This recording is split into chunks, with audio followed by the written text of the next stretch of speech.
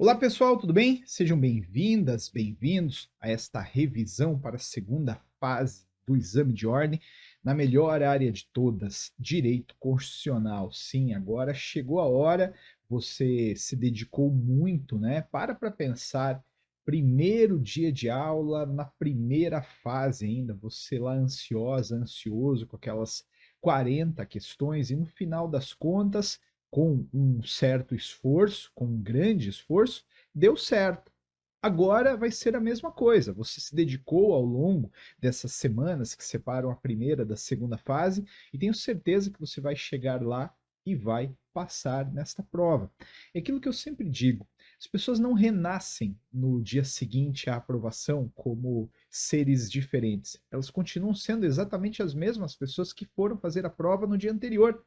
Portanto, vá com essa percepção para a prova. Você já é advogada, você já é advogado, você sabe fazer as coisas, você tem aí dentro o que é necessário para desenvolver essa profissão. Só que, por força de uma regulamentação legal, a gente precisa passar por este exame. E vamos passar, pode ter certeza que vai dar tudo certo.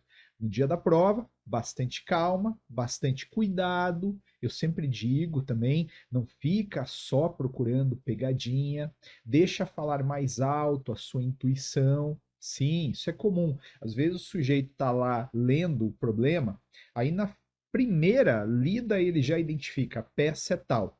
Só que aí ele começa a reler. E aí ele vê, mas espera lá, tem essa palavra aqui. Ai, meu Deus do céu. Aí aquilo já vai contaminando. E de repente ele muda de peça e de repente ele acaba errando a peça.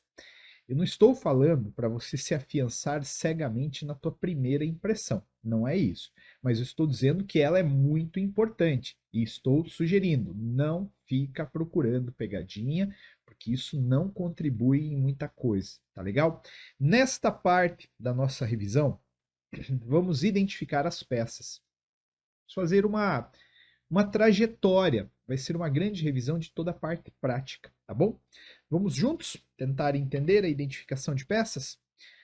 Veja só, existem várias formas de você identificar uma peça lá na segunda fase do exame de ordem.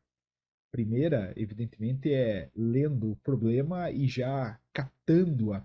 Leu o problema, putz, já viu ali, já pulou aquela arguição de descumprimento de preceito fundamental linda na sua cara.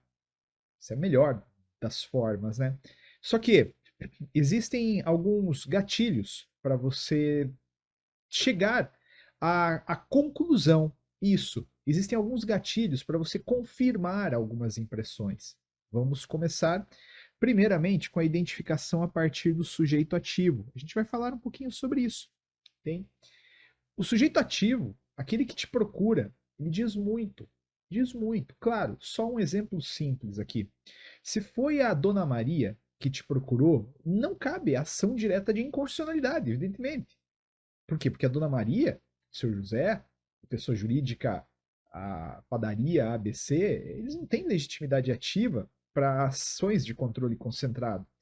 Então perceba que só isso você já eliminou um número considerável de peças.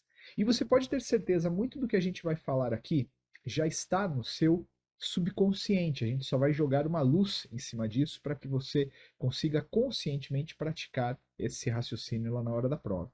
Além disso, é petição inicial ou é recurso? Porque se a Dona Maria te procurou, você já sabe que não é um, uma ação de controle concentrado, já sabe que não podem ser recursos. Então veja só, no final das contas a gente está falando aqui possivelmente de um remédio constitucional, não é verdade? Porque se não é recurso, se não é ação de controle concentrado, Deus do céu, vai ser um remédio constitucional ou então uma ação pelo procedimento comum. Além disso, a gente vai aqui hoje tentar confirmar a identificação de peças a partir de perguntas e respostas que faz. Você faz. Só que você faz ainda inconscientemente. De novo, quero jogar luz em cima disso tudo. E lá no final, para a gente fechar tudo, lá daqui a algum tempo, a gente vai falar sobre hipóteses limítrofes de cabimento. Ah, então tem assim, ó, tem umas areazinhas ali que são bem sim, tênues as diferenças. Por exemplo, mandado de injunção e ADO. Ai, meu Deus do céu, eu não vou saber fazer. Vai, relaxa, relaxa. Lembrando só uma coisa. Quais são as ações possíveis? Eu sei, a gente já falou sobre isso várias vezes, mas não custa aqui rapidamente, nessa breve revisão, lembrar. Eu separei inclusive em blocos, você vai lembrar. Existia um bloco 1, que era o bloco das ações pelo procedimento comum, um bloco 2, dos remédios constitucionais e afins, bloco 3, controle concentrado, bloco 4, recursos constitucionais, e aqui em cima de mim o bloco 5, que é o bloco azarão, entende? Se cair isso aqui, não vai ser difícil, não vai, mas não é realmente o esperado esse bloco 5.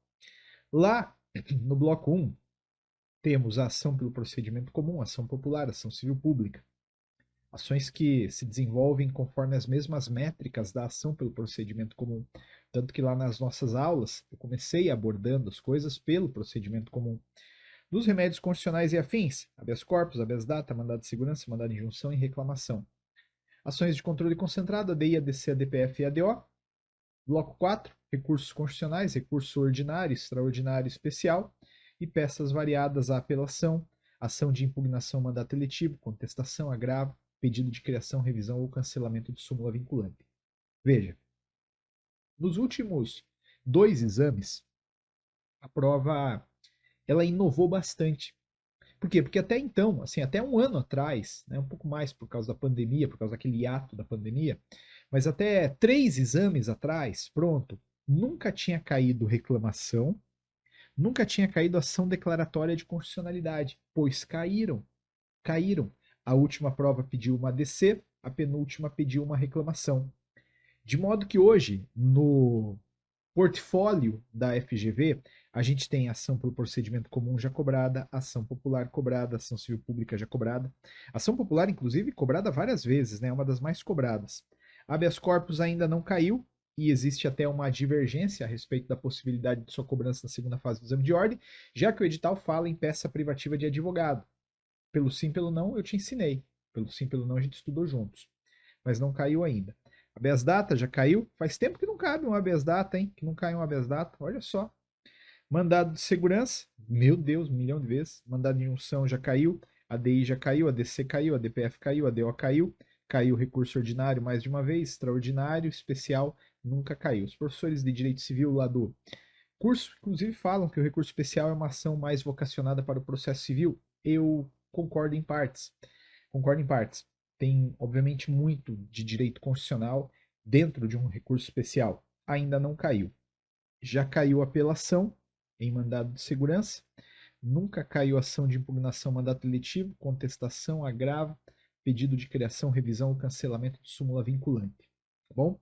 Nós vamos trabalhar especialmente aqui com os blocos 1, 2, 3 e 4.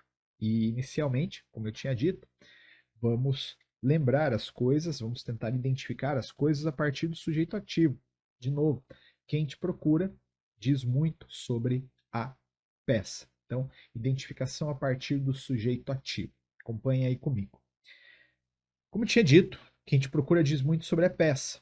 Com o tempo, você inconscientemente elimina possibilidades apenas olhando para o legitimado ativo da ação. De novo, terceira vez, você já faz isso inconscientemente. A gente vai fazer o que agora? Evidenciar tudo isso. E aí, olha esse quadro aqui das ações possíveis, né? Bom, ação pelo procedimento comum, pessoa física e pessoa jurídica. Então veja só, se a Dona Maria te procura, pode ser uma ação pelo procedimento comum. Se a padaria te procura, pode ser sim uma ação pelo procedimento comum. Aqui, portanto, essa dica do legitimado ativo não vai ajudar tanto. Na ação popular já vai, porque veja só, um sujeito ativo, pessoa física, pode ajuizá-la, desde que, claro, tenha título, como você evidentemente já respondeu aí, né? Tinha certeza que você ia falar isso. Agora, uma pessoa física não pode. Aliás, uma pessoa jurídica não pode manejar uma ação popular. Por quê? Porque pessoa jurídica não vota, entende? Não consegue bater aquele requisito que a pessoa física bateria, ter título de eleitor. Já na ação civil pública, é diferente. Por quê? Porque pessoa física não tem como ajuizar. A ação civil pública é manejada pelo Ministério Público, que não é uma pessoa jurídica tal qual estamos aqui abordando, mas pode uma associação, por exemplo, ajuizar ação civil pública. Então, cuidado, a gente já falou sobre isso nas aulas. Existe uma certa tensão entre a ação popular e a ação civil pública. As pessoas falam, mas são ações muito parecidas, elas protegem, por exemplo, os mesmos valores. É verdade, eu concordo totalmente com isso. Mas você separa a ação popular da ação civil pública pelo legitimado, especialmente pelo legitimado, tá bom? Habeas corpus, tanto faz, pessoa física, pessoa jurídica, habeas data, idem, mandado de segurança também, mandado de injunção também, reclamação também. Então, também aqui a gente vai dar uma relativizada um pouco nessa primeira parte da identificação de peças. Só que, olhando para o mandado de segurança, eu quero só te lembrar uma coisa. Uma vez caiu um probleminha e bastante gente ficou. Não que, na verdade, sim, vou reconstruir. Não que as pessoas ficarem em dúvida em relação ao cabimento. Não que as pessoas deixaram de fazer mandado de segurança. Todo mundo fez mandado de segurança. Só que, naquele caso, a prova ela construiu as coisas assim. José te procurou para relatar um problema relacionado à pessoa jurídica XYZ, que era a dele. Havia um ato coator praticado pela administração pública, frustrando o exercício de um direito líquido certo da pessoa jurídica. Só que quem te procurou, naturalmente, não foi a pessoa jurídica, foi o sócio dela. Algumas pessoas lá na hora da prova fizeram mandado de segurança colocando o José como autor. Não é. Então, sempre também cuide disso, né? Quem que, quem que, te, quem que vai te. Quem que precisa estar no polo ativo da ação? Quem está sendo violado no direito? Isso daí você tem que construir.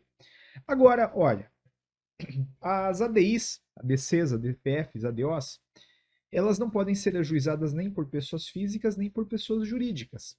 Ressalvando aqui na pessoa jurídica, confederação sindical, entidade de classe de âmbito nacional e o partido político com representação no Congresso. Entende? Com representação nacional.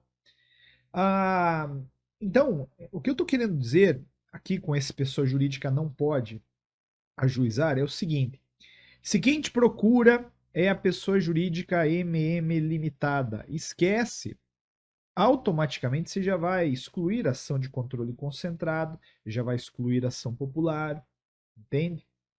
Se a Dona Maria te procurou, Dona Maria, gente boa, Dona Maria, você já exclui também a ação de controle concentrado, já exclui a ação civil pública.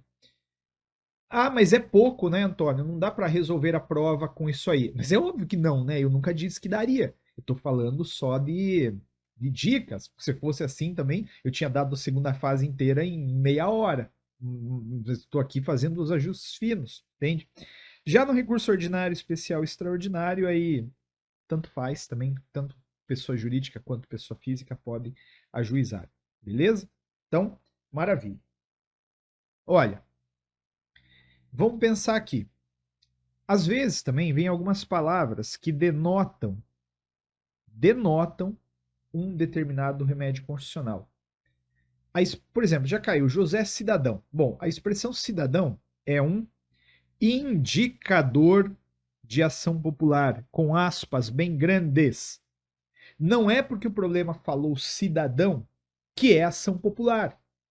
Se um cidadão te relata uma violação a direito líquido certo, não tutelado por habeas corpus ou habeas data, é mandado de segurança. Mas a prova falou cidadão. Tá, e daí? Não pode? Qual que é o problema? Entende? Claro que quando aparece a expressão cidadão, isso sugere fortemente uma ação popular. De modo que se o José, cidadão, com título de eleitor, estivesse na defesa de um ato lesivo ao meio ambiente, claro, na conformação, né, de outros requisitos, a ação popular seria a ação. Além disso, confederação sindical, entidade de classe de âmbito nacional, isso é tudo indicador de ação de controle concentrado. Mas nada impede, por exemplo, de uma confederação sindical também te procurar para impetrar o mandado de segurança coletivo, já que o mandado de segurança coletivo pode sim ser impetrado por organização sindical. Então entenda, né? São indicadores, indicadores de uma peça ou de outra, mas às vezes esses indicadores Eles falham. Entenda o que eu quero dizer quando eles falham. Eles têm que ser lidos à luz de um conjunto de informações do problema. Tá bom? Mas, deixando isso de lado, essa questão da identificação a partir do sujeito ativo, vamos falar sobre petição inicial ou recurso. Veja só. Outra pergunta muito simples no processo de identificação é a existência de recurso. O problema que narra a existência de um processo com decisão provavelmente está sugerindo um recurso, né? Então, se o problema já trouxe uma ação com uma decisão desfavorável, poxa vida, tudo tende a apontar para um recurso. Eu digo que não é necessariamente um recurso, porque também você sabe que cabe uma reclamação constitucional contra uma decisão judicial.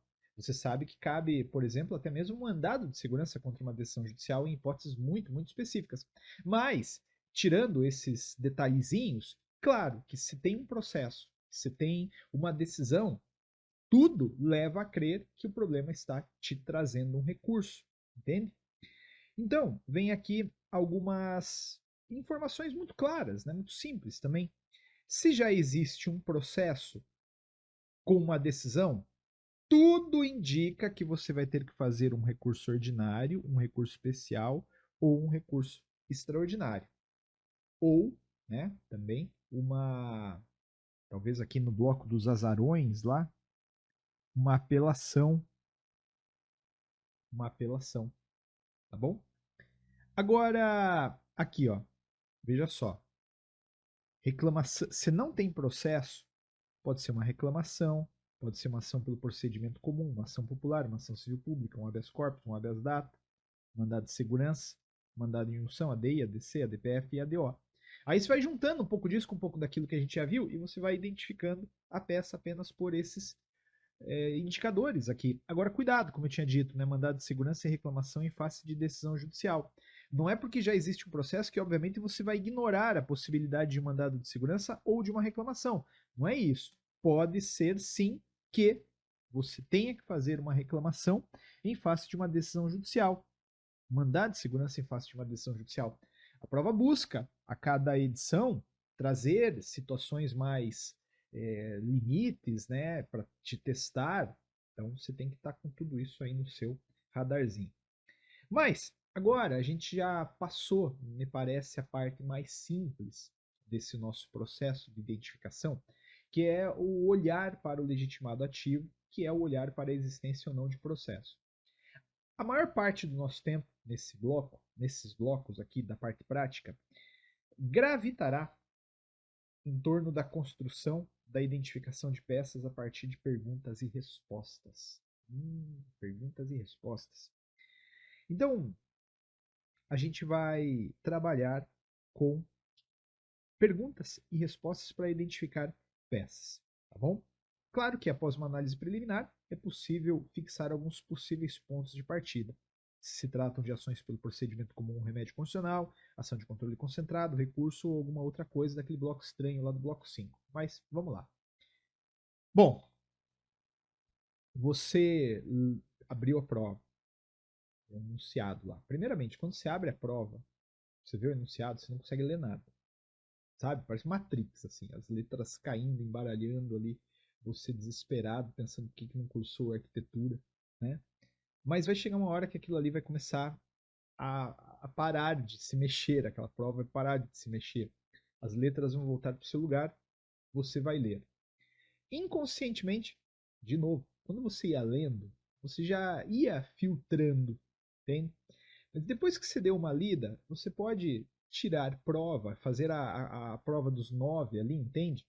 A partir dessas perguntas que eu quero trazer para vocês aqui. A primeira delas é: tem alguém preso ou ameaçado na prisão, ou ameaçado de prisão no enunciado?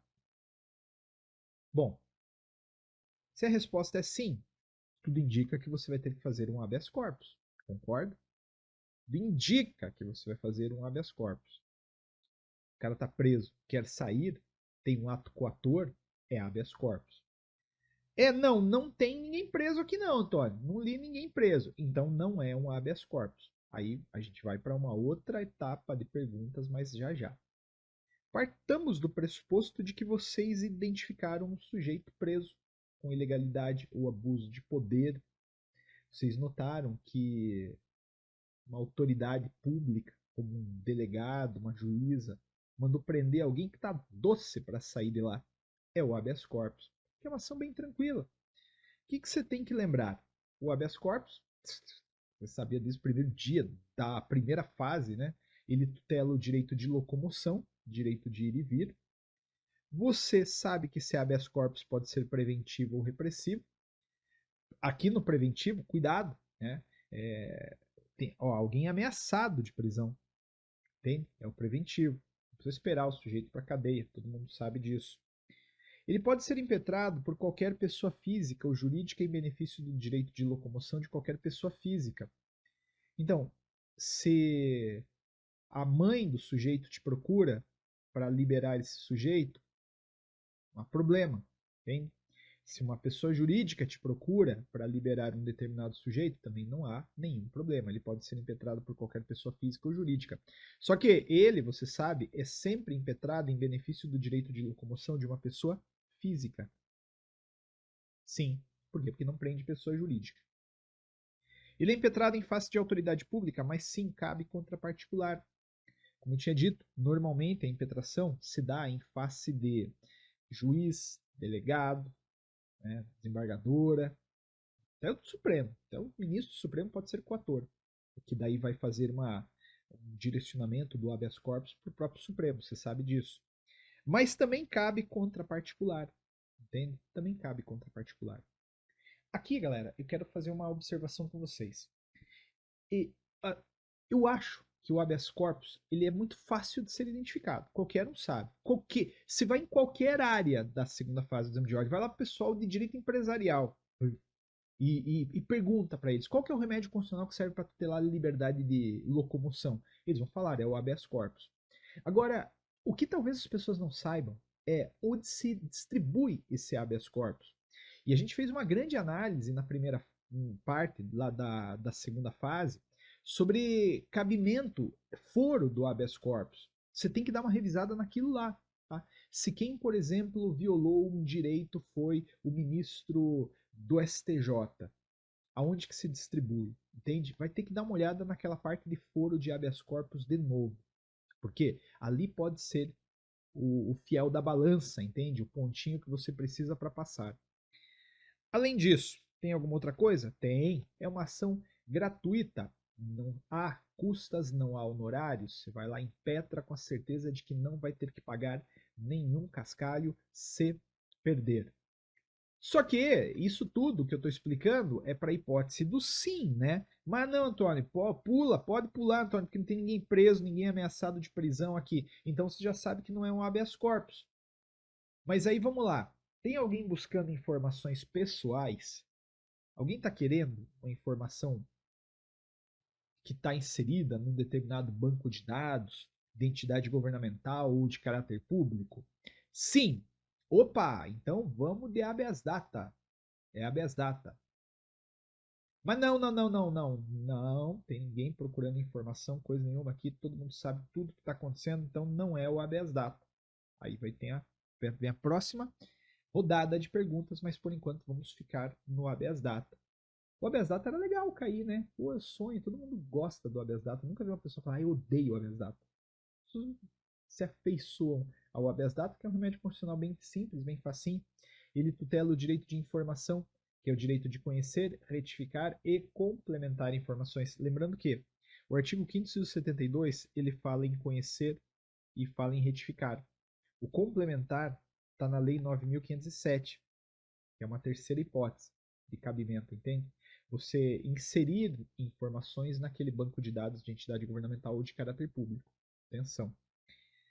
Lembre, como eu já sugeri, que o réu, o impetrado, é sempre um banco de dados de entidade governamental ou de caráter público. O banco de dados de entidade governamental é aquele banco de dados mantido pelo governo. O de caráter público é um banco de dados privado, mas que guarda informações de terceiros e repassa-as para terceiros. Está lá no parágrafo único do artigo 1º da Lei 9.507, a definição do que é banco de dados de caráter público. Ocorre que, mais para mim, aqui interessa o exemplo do que o conceito. Entenda você que o Serasa é um banco de dados de caráter público, de modo que você pode sim entrar com o habeas data para limpar seu nome, para fazer qualquer coisa, entende? Para retificar, complementar e por aí vai. Esse habeas data, e isso aqui certamente vai pontuar na prova, ele pressupõe o esgotamento da via administrativa. Sim, ele pressupõe o esgotamento da via administrativa. Isso quer dizer que você, para impetrar o habeas data, tem sim que ir para a via administrativa tentar. Então, é aquela história. Se você acha que teu nome está no Serasa, a primeiríssima coisa que você tem que fazer é ir até o Serasa. Pergunta, posso ver? Ah, claro, está aqui. Pronto, acabou. Não precisa onerar o judiciário com mais uma ação. Agora, se eles te negaram, aí sim cabe o habeas data. Ele não cabe para tutelar o direito de certidão. Não. Atenção, hein? O direito de certidão, ele é tutelado, você sabe, por mandado de segurança. Por quê? Porque quando você ganha um habeas data, você ganha o direito de ver a informação, você ganha o direito de acessá-la, ou, quando muito, ganha o direito de mudar ou de acrescentar algo lá. Se você quer sair do banco de dados com um documento dizendo que teu nome está lá, que você está assim apontado por isso ou por aquilo, aí é outra história. Aí é mandado de segurança. Tá? Mandado de segurança. Aí não é realmente habeas data. Ele não cabe para tutelar o direito de certidão e é uma ação gratuita. Ponto. É uma ação gratuita. Legal, né? Não, mas então, putz, não tinha nada disso no problema. Não era um habeas data, não tinha informação, nada, nada, nada. Aí vamos pensar o seguinte: tem algum cidadão pretendendo a tutela de uma coisa pública? Cidadão pretendendo a tutela de uma coisa pública. Isso aí eu lembro, Antônio. Isso aí é ação popular, artigo 573. Ação que serve para anular um ato lesivo ao patrimônio público, patrimônio histórico, social, moralidade administrativa, meio ambiente. Ação popular. Legal, adoro ação popular. Não, não tem ninguém. Então não é ação popular. Falhou aqui o meu material. Não, não é ação popular. Então daqui a pouco a gente já volta aqui pro não, tá? Imagina que aqui está escrito não. Agora, claro, se sim é ação popular, a gente já identificou ali um ato lesivo a um desses bens tuteláveis por ação popular. Aí, vamos lá. A ação popular, como você sabe, protege o patrimônio público, patrimônio histórico e cultural, meio ambiente, a moralidade administrativa. 1000 exemplos foram dados na aula a respeito de cada um desses elementos. Você consegue matar a ação popular com grande, grande, grande facilidade. Este remédio constitucional pode ser manejado por um cidadão, ou seja, uma pessoa no exercício de direitos políticos, ou seja, uma pessoa que tem título de eleitor. Título de eleitor. Então, atenção, se temos um sujeito com título, ele pode manejar a ação popular. Como a gente tinha estudado, podem ajuizar, desde que tenham o título, né, os brasileiros natos, os naturalizados, pessoas entre 16 e 18 anos. Não podem pessoas jurídicas, Ministério Público, estrangeiros, menores de 16, partidos políticos. Por quê? Porque não batem, eles não conseguem cumprir a meta, que é ter título. Apenas uma ressalva, duas na verdade, uma em relação ao estrangeiro. O estrangeiro ele não pode ajuizar, ponto, mas tem um que pode. Aquele português equiparado ao brasileiro. Sim, ele pode, ele consegue, entende? Por quê? Porque ele exerce os mesmos direitos de um brasileiro aqui no nosso país. Então, sim, o português residente no Brasil ele pode ajuizar a ação popular. Outra coisa, já caiu em primeira fase. O Ministério Público ele não pode ajuizar, mas ele prossegue com a ação caso o autor desista, caso o autor dê causa à absolvição de instância. Lembra? O autor vagabundo, aquele que entra, fica perdendo prazo, aquele que entra só para beneficiar, na verdade, o réu. Se acontecer isso, como é que funciona? O juiz publica editais para que outros cidadãos assumam o controle daquela ação popular. Se ninguém quiser, a bucha vai sobrar para o Ministério Público. Essa ação popular está regulada na Lei 4.717 de 1965. Ocorre que, não, Antônio, não é ação popular. Não é ação popular. Tem nada disso no meu problema. Aí a gente vai só pensar no seguinte para a próxima aula. Tem alguma pessoa jurídica pretendendo a tutela de uma coisa pública? Tem, Antônio.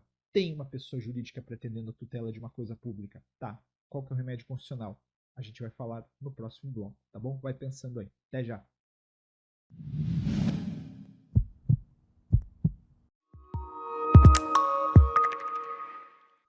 No episódio passado, falávamos sobre uma pessoa jurídica pretendendo a tutela de uma coisa pública.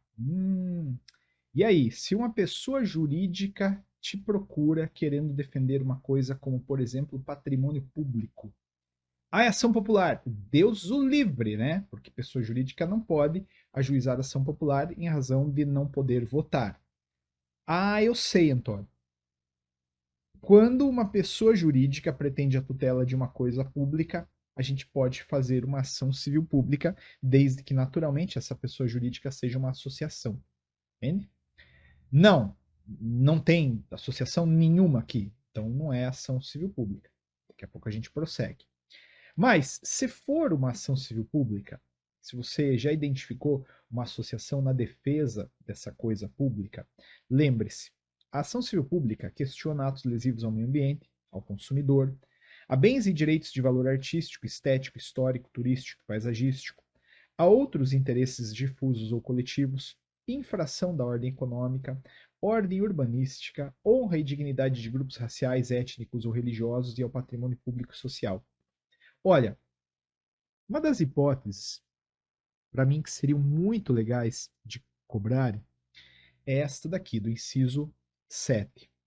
Honra e dignidade de grupos raciais, étnicos ou religiosos. Imaginem vocês que uma determinada campanha publicitária é veiculada nas TVs e nas rádios do Brasil, e essa campanha publicitária ridiculariza um determinado grupo racial, um determinado grupo religioso. Cabe uma ação civil pública, sim, manejada por uma associação buscando uma indenização. Olha que coisa, olha que problema bem contemporâneo, né? A gente tem visto aí várias discussões a respeito de religião, a questão também racial está muito evidente hoje no Brasil, lembrando que o Brasil está fazendo 10 anos com a lei de cotas, entende? Então vai que cai uma questãozinha relacionada a esse ponto, hein? Olha lá, hein? Fica aí um palpite. Essa ação, ela é ajuizada por diversas pessoas, são diversos legitimados.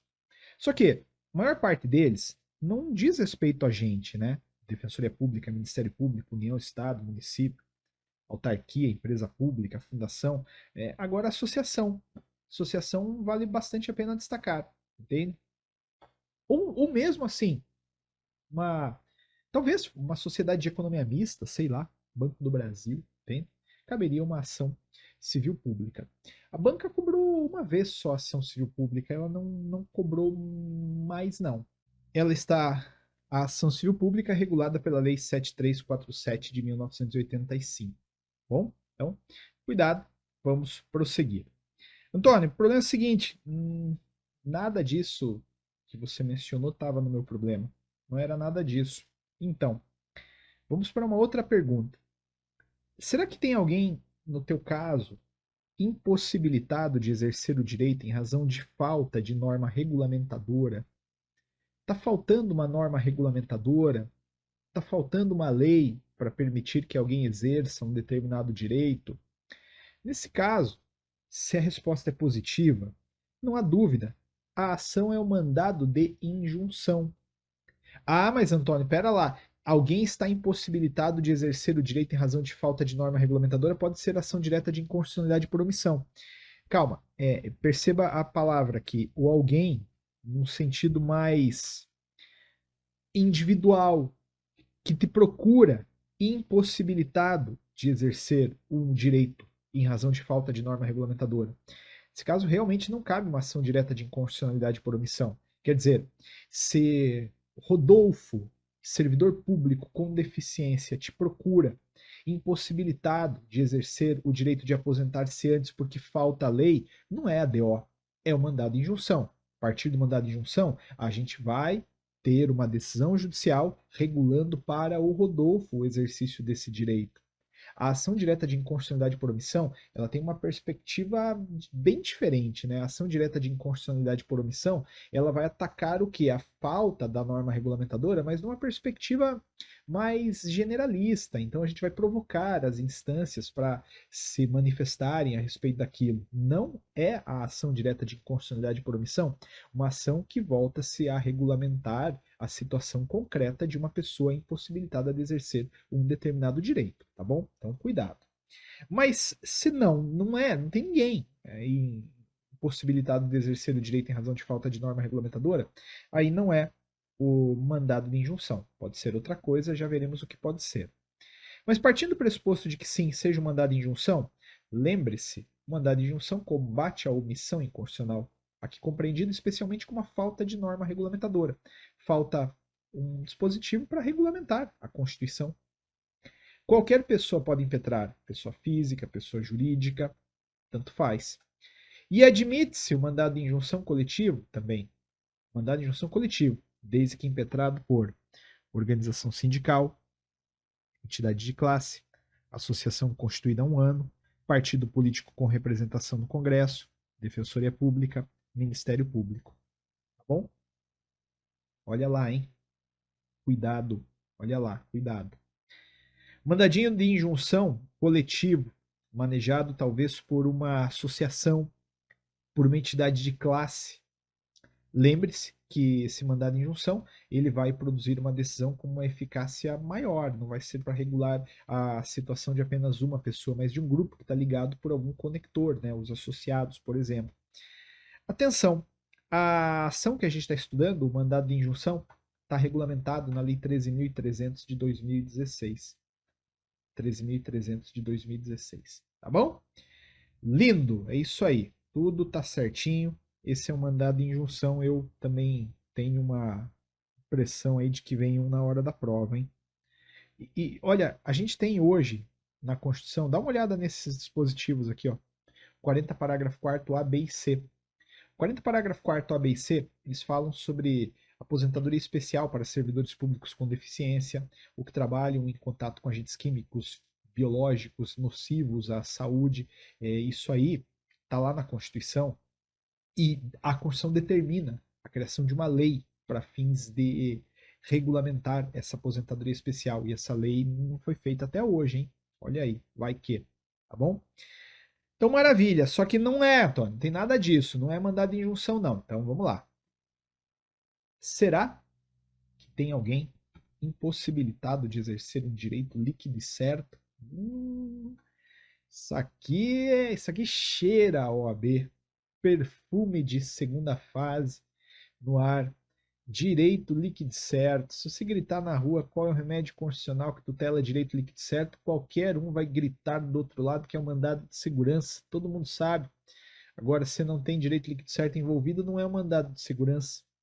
Mas vamos partir do pressuposto de que sim, é o mandado de segurança. Chegamos nele, né? E é uma probabilidade altíssima de ser o mandado de segurança, é uma das ações mais cobradas na segunda fase do exame de ordem, ao lado da ação popular e da ação direta de inconstitucionalidade.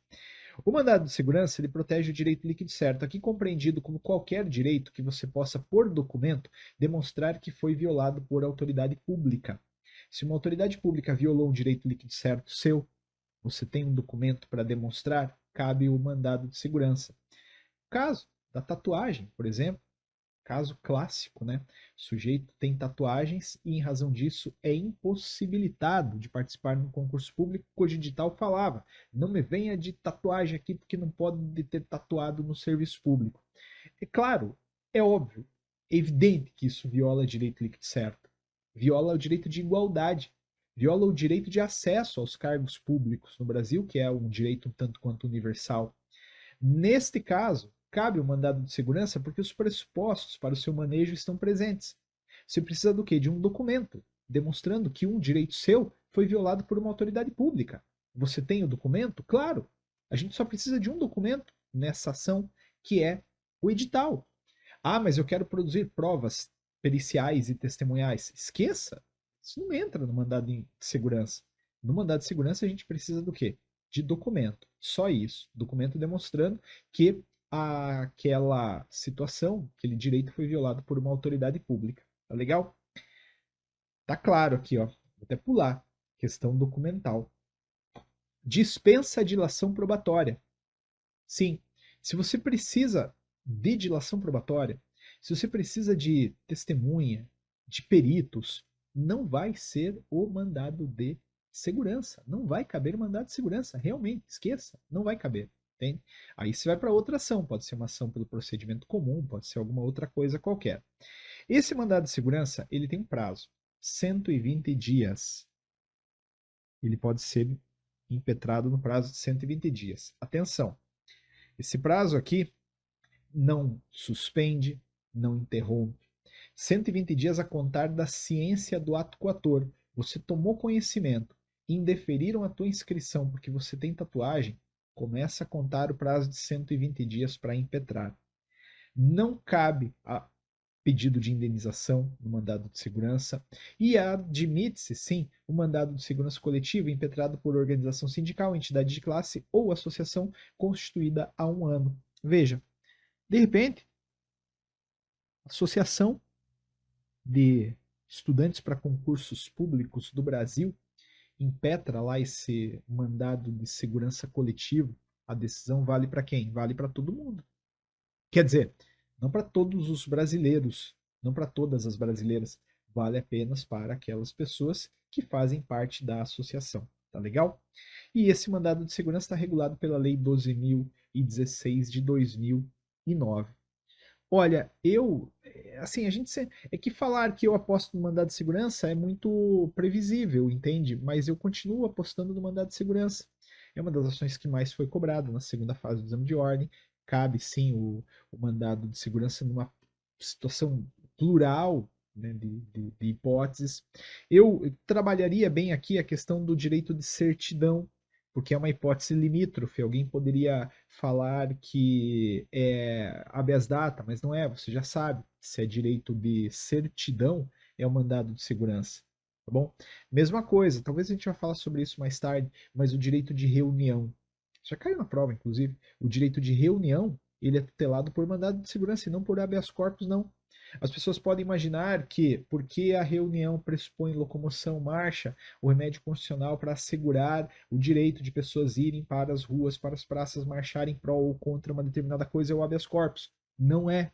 Não é. Para tutelar o direito líquido certo de ir à rua, defender algo, o remédio constitucional é um mandadinho de segurança, hein? Cuidado, isso aqui para prova de novo é uma boa.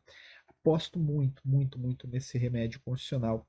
Acontece o seguinte, Antônio. Veja, há um direito, porque eu não tinha, vamos pensar o seguinte, ó, não tinha hipótese de mandado de segurança.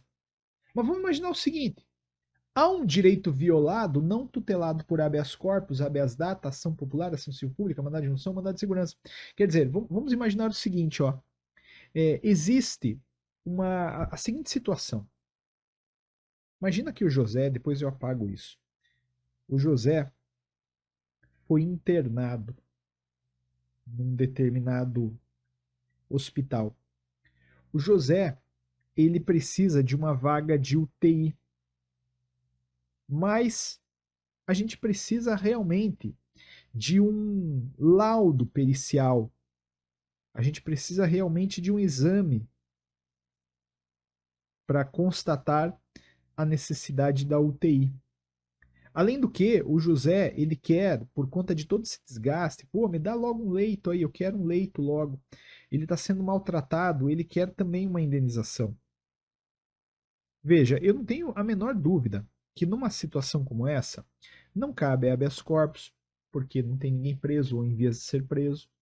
Não cabe um habeas data, porque ninguém quer informação. Ah, mas eu quero um laudo. Não, mas calma lá. Calma lá, calma lá.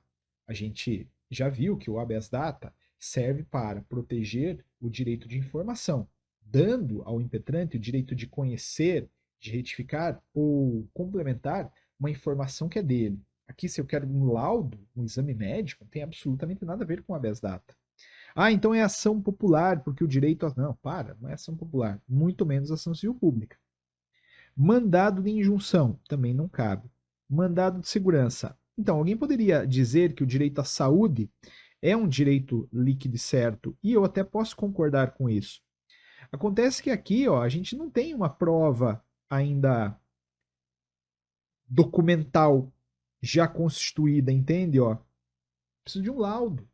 Além do mais, eu quero uma indenização. Então é evidente que não cabe o mandado de segurança. Aí se fala, sei lá, cabe. Então game over, né? Não cabe nada. Você chama lá o examinador, moço, esse problema está com defeito aqui, porque não cabe nada. Claro que cabe. Pode ser que caiba uma ação pelo procedimento comum.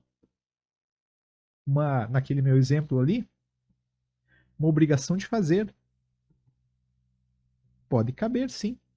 Uma obrigação de fazer. Concorda? Mas não é uma ação pelo procedimento comum. Aí a gente pode já ver o que é. Tá bom? Mas vamos partir de um pressuposto de que não é uma obrigação de fazer realmente. Aliás, que não é. Aliás, que é um caso de uma obrigação de fazer, de uma indenização, vamos partir do pressuposto de que é uma ação pelo procedimento comum. Normalmente, os estudantes se deparam com uma dúvida objetiva entre mandado de segurança e ação pelo procedimento comum. Eu já expliquei ali naquele caso do laudo. A gente vai falar sobre isso mais tarde.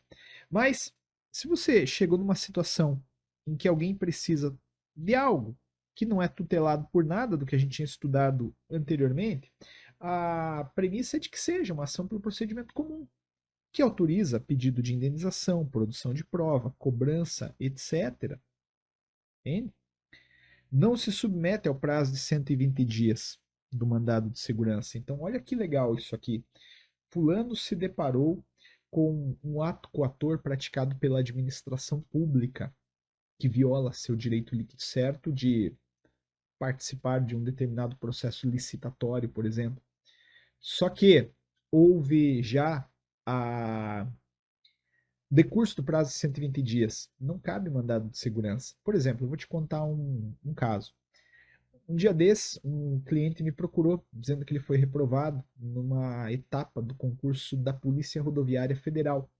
Ele notou que havia questões passíveis de anulação, né? Questões erradas na prova, inclusive uma delas já com uma decisão favorável no âmbito de tribunal, e ele me procurou, eu quero entrar com um mandado de segurança. Aí eu falei, não cabe. Ele falou, como não cabe? Lá no caso daquela questão que foi anulada no tribunal, era mandado de segurança. Eu falei, certo, mas lá na ocasião, cabia mandado de segurança porque a pessoa estava no prazo de 120 dias. Hoje, já passou esse prazo. Esse concurso da PRF foi feito em 2021, na metade do ano, entende? E isso foi há poucos dias atrás. Então, evidentemente que eu tinha ali um direito violado, mas um direito violado que não era tutelado por habeas corpus, habeas data, ação popular, ação civil pública, mandado de injunção, mandado de segurança, entende? Já tinha escoado o prazo do mandado de segurança. Então, eu fiz o quê? Fiz uma ação anulatória. Uma ação anulatória para anular aquela questão, tá bom? Ela é regulada pelo Código de Processo Civil e, e é isso, tá bom?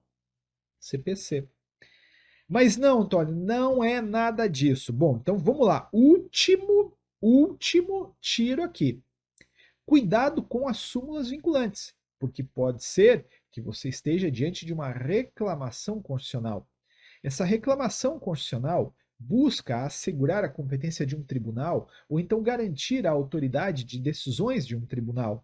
Já caiu na prova um desrespeito à súmula vinculante. Cabe o quê? Cabe a reclamação constitucional, certo? Como eu tinha dito, as súmulas vinculantes assumem nesse contexto uma grande importância. Você tem que conhecer as súmulas vinculantes. Ah, Antônio, eu tenho que decorar a súmula vinculante? Não, né? Mas você não pode ficar vendida lá na prova.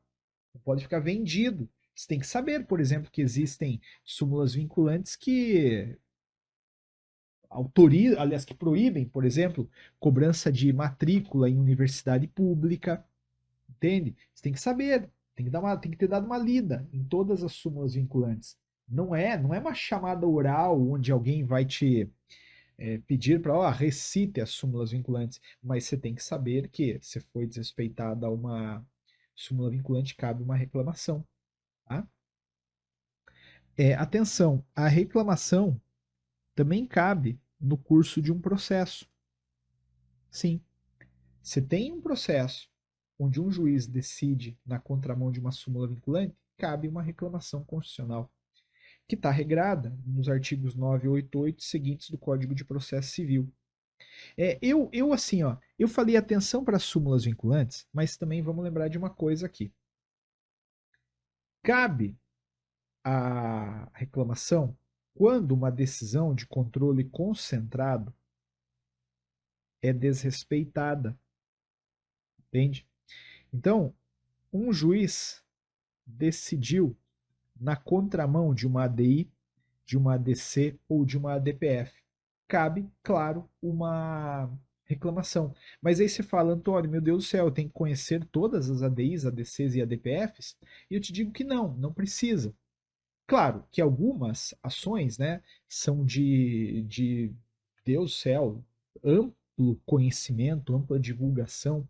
Todo mundo sabe que no Brasil as mulheres que gestam crianças anencefálicas podem interromper a gestação sem que haja qualquer tipo de acusação, de denúncia. Essas são comuns. Mas entre esta, né, e outras mais, existem milhares de decisões de ADIs, ADCs, ADPFs, milhares talvez eu esteja exagerando, mas existem centenas e você não é realmente obrigado a conhecer tudo. Agora, súmula vinculante é. Você tem a obrigação de conhecê-las. De novo, você não tem a obrigação de decorá-las, mas você tem a obrigação de conhecê-las. Só que o fato de você não ser obrigado a conhecer a DI, a DC, a DPF, todas as decisões proferidas pelo Supremo até hoje, não exclui a possibilidade de a banca cobrar. Mas eu acho que se a banca for cobrar, ela vai dizer no enunciado que aquele juiz decidiu contrariando um precedente dado pelo Supremo na ADI número tal, tal, tal. Contrariou a ADI, cabe reclamação. Cabe reclamação.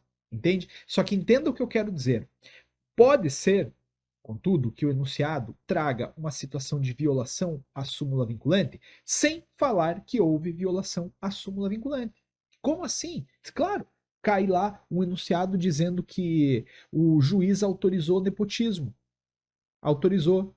Questionaram lá um ato de nepotismo e o juiz validou. E veja, ele decidiu na contramão de uma súmula vinculante. Você sabe, tem a súmula vinculante número 13 que proíbe nepotismo. Entende? Então, eu parto do seguinte pressuposto: súmula vinculante você tem que conhecer. No entanto, você tem que saber também que cabe a reclamação quando há um desrespeito aí à decisão de controle concentrado, a DI, a DC e a DPF. Tá bom? Maravilha. Só que, Antônio, não enquadrou em nada disso. Nada disso. Putz, e agora? Bom, vamos lá. Você vai ter que dar uma olhada nas premissas iniciais porque alguma coisa deu errado. Entende? Será que realmente a gente está falando de ações daquele bloco 1 e 2? Será que não tinha ali um legitimado de controle concentrado? Porque toda essa reflexão aqui, eu estou falando de uma reflexão que você faz a partir de um momento em que já excluiu algumas coisas. Por exemplo, se lá no começo você já tinha dito que quem estava te procurando era a Dona Maria, você já excluiu tudo de controle concentrado. Então, a gente fez um caminho aqui a respeito daquelas ações de bloco 1 e de bloco 2. Se você não identificou, é importante que você dê uma olhada lá nas premissas iniciais. Pode ser que seja uma ação de controle concentrado. Entende? Mas não vai acontecer, não. Relaxa. Mas vamos começar a falar agora de reflexões a partir do controle concentrado. Vamos supor que lá naquela tua análise inicial você já identificou, já está intuindo que se trata de controle concentrado. Como é que você vai sair, como é que você vai resolver? Primeiramente, tem algum legitimado do artigo 103 que pretende anular lei ou ato normativo federal ou estadual vigente posterior à Constituição e primário? Sim, tem. Então é a ADI. Não, não tem. Então não é a ADI. Lembre, a ação direta de inconstitucionalidade, ela ataca lei ou ato normativo federal ou estadual. que seja vigente no sentido de não revogado, tá? Tem que fazer um adendozinho aqui. O vigente, que eu coloquei, ele é no sentido de não revogado. Por quê? Houve uma prova já que perguntou o seguinte, ó. A lei, ela acabou sendo promulgada e publicada. Só que a vigência dela era para dali um ano. Entende? E aqui nesse período, estávamos na vacatio legis. Cabe a DI contra lei na vacatio? Cabe. Cabe. Ah, mas você falou vigente. Sim, mas eu falei vigente no sentido de não revogado. Entende? Se a lei está revogada, aí não cabe realmente a ação direta de inconstitucionalidade.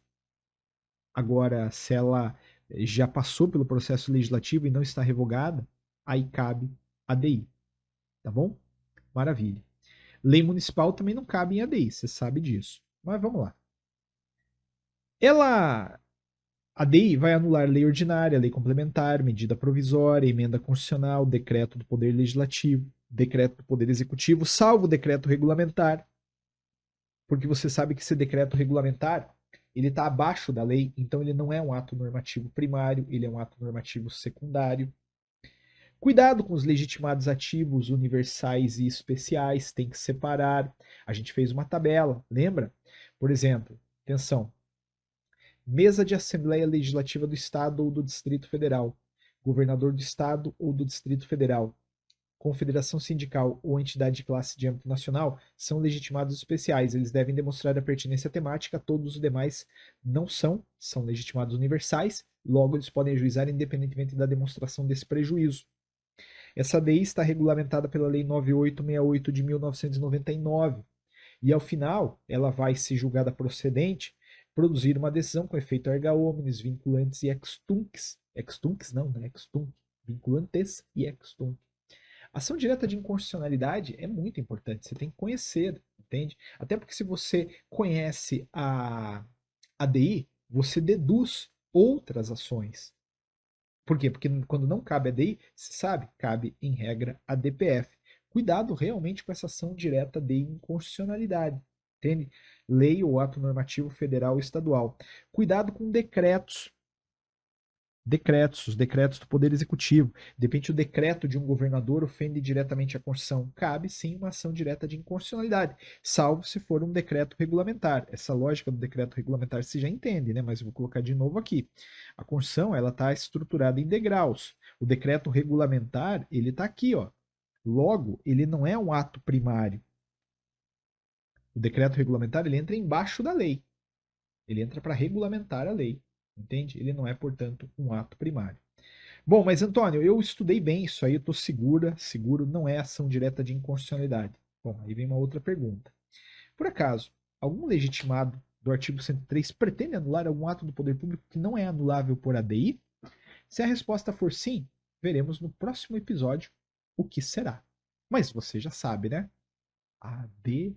Lembra? Não vou falar o resto, mas você já sabe. Aquela ação subsidiária, vamos falar sobre ela na próxima aula, no próximo bloco. Acho que vai cair, inclusive, essa ação aí que a gente vai estudar. Até já.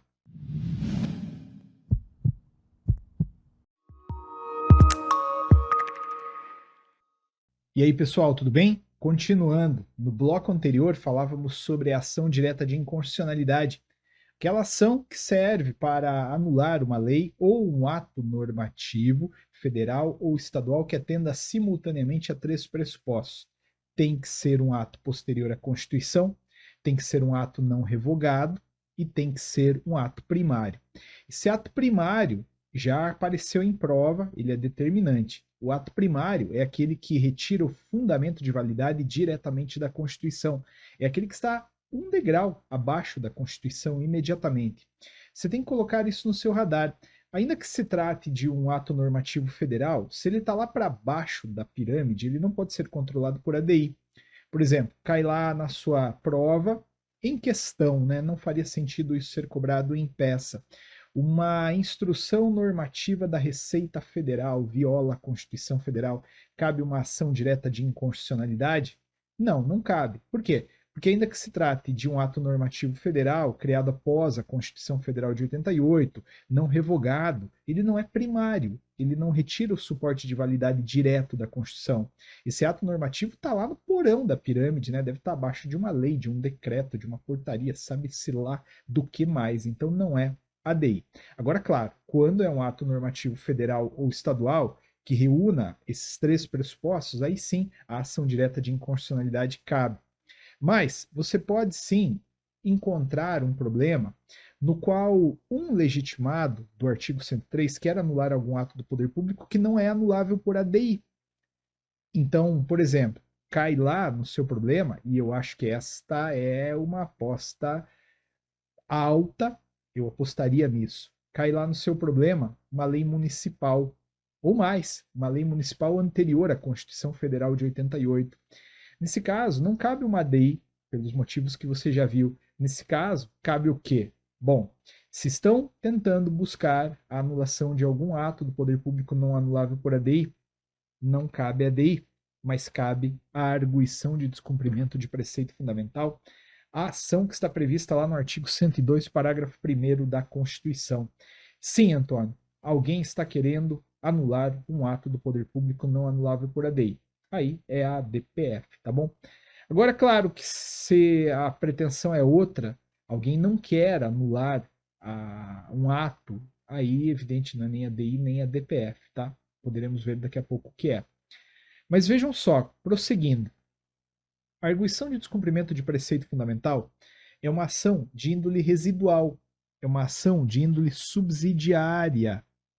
Essa ação, ela vai atacar tudo aquilo que não é atacável por ação direta de inconstitucionalidade. Então, se alguém quer atacar leis anteriores à Constituição, leis municipais, nesse caso, é a arguição de descumprimento de preceito fundamental. Olha, eu quero explorar um pouco isso contigo. Você concorda comigo que o objeto da ADI é um objeto fechado, não é verdade? Sim, porque você tem ali aquela moldurinha, é lei ou ato normativo federal ou estadual que atenda simultaneamente aqueles três pressupostos. Agora, o objeto da DPF não é um objeto fechado. Por quê? Porque pode ser, enfim, um milhão de coisas que não possam ser anuladas por ADI. E desde que estejam essas milhares ou milhões de coisas ofendendo preceitos fundamentais. Eu falo isso porque tem algumas hipóteses estranhas de cabimento de ADPF já aceitas na jurisprudência do Supremo Tribunal Federal e que se caísse na tua prova você ia matar a partir desse raciocínio que a gente está estabelecendo aqui agora, da subsidiariedade de seu cabimento. Vamos falar um pouquinho sobre isso. Já teve no Supremo Tribunal Federal arguição de descumprimento de preceito fundamental para atacar conjunto de decisões. Olha que interessante. Houve uma série de decisões liminares no Brasil, há um tempo atrás, autorizando a importação de pneus usados. Esses pneus eram importados e a um custo ambiental muito elevado, recauchutados no Brasil. E depois de usados, eram jogados no lixo do Brasil. O custo ambiental de toda essa operação era gritante, era muito, muito elevado, embora os custos financeiros fossem mais interessantes para quem importava esses pneus. Uma série de liminares acabou autorizando a importação desses pneus, mas o Supremo Tribunal Federal, quando provocado em arguição de descumprimento de preceito fundamental porque não cabia ADI, ele falou não, não vem com essa história de importar pneu usado. E por que eles usaram a DPF? Porque não era uma lei, não era um ato normativo federal ou estadual que estava autorizando a importação desses pneus. Na verdade, havia uma série de decisões aleatórias sendo dadas no Brasil. A gente, inclusive, não sabia quando e onde seria a próxima, não cabia ADI, mas eles queriam anular de uma vez por todas esse procedimento, essa prática. E aí a opção restou clara a arguição de descumprimento de preceito fundamental, que é uma ação subsidiária. Então, assim, não cabe ADI, beleza, então vamos usar a arguição de descumprimento de preceito fundamental. Além disso, o Supremo Tribunal Federal também já aceitou a arguição de descumprimento de preceito fundamental em face de súmula do TST. Olha que coisa, súmula do TST. Vamos anular uma súmula do TST. Essa foi uma discussão também muito acalorada lá na época, não vamos aqui em revisão de véspera entrar em detalhes, mas é uma hipótese. E entenda, eu não quero que você fique preocupada, não quero que você fique preocupado. Porque, ai meu Deus do céu, eu não sabia da súmula do TST, por exemplo. Não tem problema. Realmente não tem problema. Porque você chegaria na arguição de descumprimento de preceito fundamental aplicando apenas e tão somente essa lógica subsidiária. Caberia uma ADI para atacar uma súmula do TST? Definitivamente não, porque não é uma lei, não é um ato normativo. Então, se é para usar uma ferramenta do controle concentrado, essa ferramenta é a arguição de descumprimento de preceito fundamental. Mas, insistindo ainda nessas hipóteses de cabimento, lembre-se que apesar de a DPF ser uma ação subsidiária, tem coisa que não pode ser atacada nem em ADI, nem em ADPF. E uma dessas coisas já caiu. Existem atos normativos, por exemplo, ou atos do poder público de um modo geral, que não são submetidos a um controle de constitucionalidade. O melhor exemplo, já cobrado tanto em primeira quanto em segunda fase, é a súmula vinculante. Não cabe, evidentemente, ação de controle concentrado para atacar uma súmula vinculante. Por quê? Porque a lei que regulamenta a súmula vinculante trouxe um procedimento muito simples para sua revisão ou mesmo anulação. Basta que um dos legitimados do controle concentrado, aqueles que estão lá no artigo 103, manejem uma proposta, um pedido de revisão ou de cancelamento da súmula vinculante para que ela realmente venha a ser cancelada, tá legal? Então, cuidado, muito cuidado com esta hipótese que estamos aqui tratando, beleza? Mas vamos lá, vamos dar uma acelerada aqui. Temos aí alguns exemplos, então, de atos normativos que podem ser controlados por arguição de descumprimento de preceito fundamental. Dei já esses exemplos. Cuidado com os legitimados, de novo, né? Você vai ter que fazer aquela separação entre legitimado universal e legitimado especial. E a arguição de descumprimento de preceito fundamental é uma ação que está inserida no na lei, melhor dizendo, 9882 de 1999. Você fala, pô, Antônio, legal, isso aí é bacana, né? A DPF pode cair, pode. Mas e se porventura eu me deparei com uma situação onde não havia alguém querendo anular um ato normativo federal ou estadual, nem mesmo querendo anular alguma coisa que não é atacável por ADI, né? Se não é, então, nem a ADI nem a DPF, qual que é a próxima pergunta? Bom, será que você não tem aí no teu problema algum legitimado do artigo 103 pretendendo uma providência em relação a alguma omissão inconstitucional? Quer dizer, será que um daqueles legitimados não está querendo questionar diretamente no Supremo Tribunal Federal, numa hipótese dissociada de um caso concreto, a falta de uma norma regulamentadora? Porque se estiverem, vocês sabem, é uma ação direta de inconstitucionalidade por omissão. Caso não estejam, não é a ADO, a gente pode ver daqui a pouco como sair dessa sinuca de bico. A ação direta de inconstitucionalidade por omissão questiona a omissão legislativa, mas atenção, também a omissão administrativa, ou seja, ataca, de um modo geral, a falta de uma regulamentação da Constituição. Isso aqui é muito legal. As pessoas associam, via de regra, a ADO à falta de norma regulamentadora, à falta de lei. Não é só isso. É óbvio que pensar dessa forma não é errado, mas eu te garanto que não é só isso, entende? Não é só isso. Cabe à ADO quando, por exemplo, o Poder Executivo deixa de empreender aquilo que lhe compete fazer na consecução de alguma disposição constitucional. Já houve na história do Supremo Tribunal Federal ação direta de inconstitucionalidade por omissão, manejada em face da omissão presidencial no que tange à educação.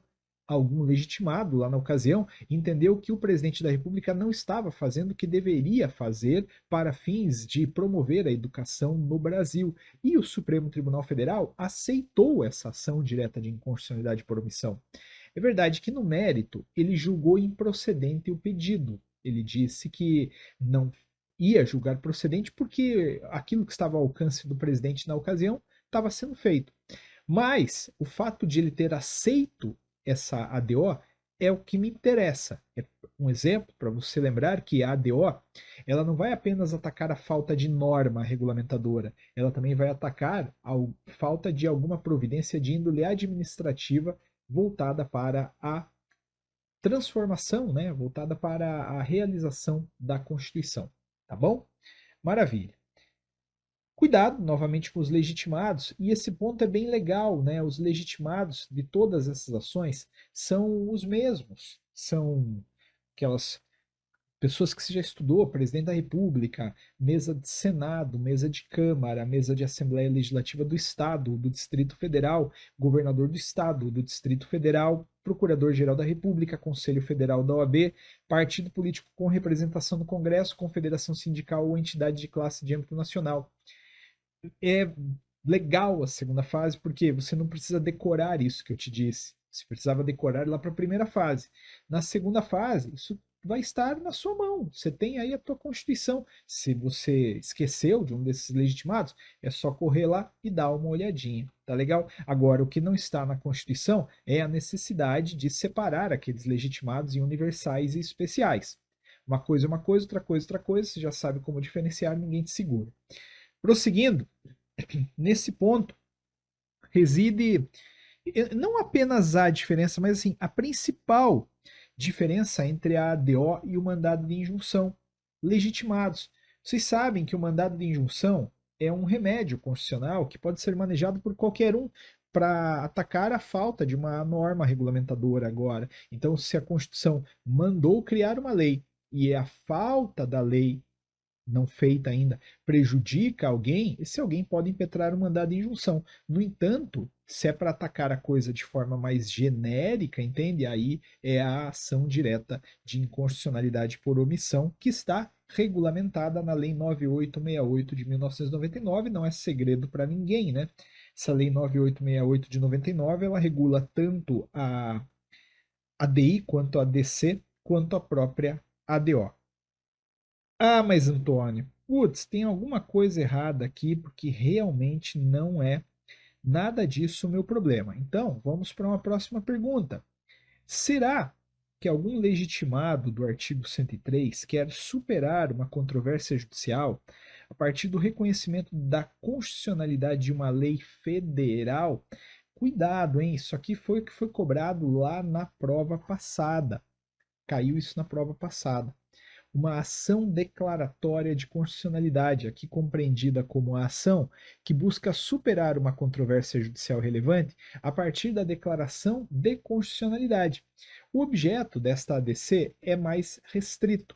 O objeto da ADC é lei ou ato normativo federal apenas, não entra o estadual, não entra muito menos o municipal. Concorda comigo? Esta ação declaratória de constitucionalidade vai atacar aí essa controvérsia e vai buscar superá-la a partir da declaração de constitucionalidade. Os legitimados continuam sendo os mesmos, né? Legitimados ativos, universais e especiais. Tem que haver a controvérsia judicial relevante, e aqui na prova passada, realmente muita gente ficou assim, tanto quanto sem saber o que fazer, porque o problema cobrado na última edição do exame de ordem realmente não deixava muito clara essa controvérsia judicial. O problema falava apenas e tão somente na existência de, de decisões num sentido. Falava que havia decisões num único sentido. Então, alguns candidatos não encontraram a controvérsia judicial relevante e fizeram uma ação direta de inconstitucionalidade. Eu entendo as dificuldades ali da hora, né? Realmente a tensão é grande, você vai ter que controlá-la, mas naquele problema, apesar de ser um problema mal elaborado, estava muito claro para mim, eu imagino, o não cabimento de uma ADI. Porque, na verdade, a parte final do enunciado falava que era para você entrar com uma ação judicial que buscasse superar os impedimentos para a aplicação da lei. Então, evidente, se eu quero superar os impedimentos colocados ali no que tange a aplicação da lei, eu não quero anular a lei, eu quero justamente declarar a sua constitucionalidade, né? O que passou, passou. Se você eventualmente perdeu essa lá, esquece, olha para frente, se cair isso de novo, ninguém mais vai te tirar, tá bom? Mas não era ação declaratória de constitucionalidade. Aí é aquilo que eu te digo, né? Poxa, talvez alguma coisa falhou na primeira filtragem que você fez. Porque lembra, eu quero deixar isso aqui bem claro. Quando a gente começou essa revisão, eu falei para vocês que existem formas preliminares de você se situar. Formas preliminares que você já usa para, por exemplo, excluir algumas possibilidades, formas preliminares que já te dão um norte. É aquilo que eu te disse. Se porventura caiu lá uma pessoa física, José, Maria, caiu uma pessoa jurídica simples, uma loja, uma padaria, uma empresa, isso exclui automaticamente tudo que a gente está falando aqui agora, entende? Então, se você lá no começo já fez uma pré-triagem e excluiu outras coisas, como remédios constitucionais, como recursos, por exemplo, e você seguiu este caminho que eu estabeleci com você agora e ainda assim não conseguiu enxergar qual é a ação de controle concentrado, alguma coisa talvez deu errado lá naquela filtragem inicial, entende? É para lá que você vai ter que se voltar agora e vai ter que repensar. De repente você comeu uma bola ali e esqueceu que na verdade quem estava te procurando era realmente uma pessoa física. Aí excluem-se as ações de controle concentrado e volta para o jogo aquelas ações de, enfim, remédios constitucionais.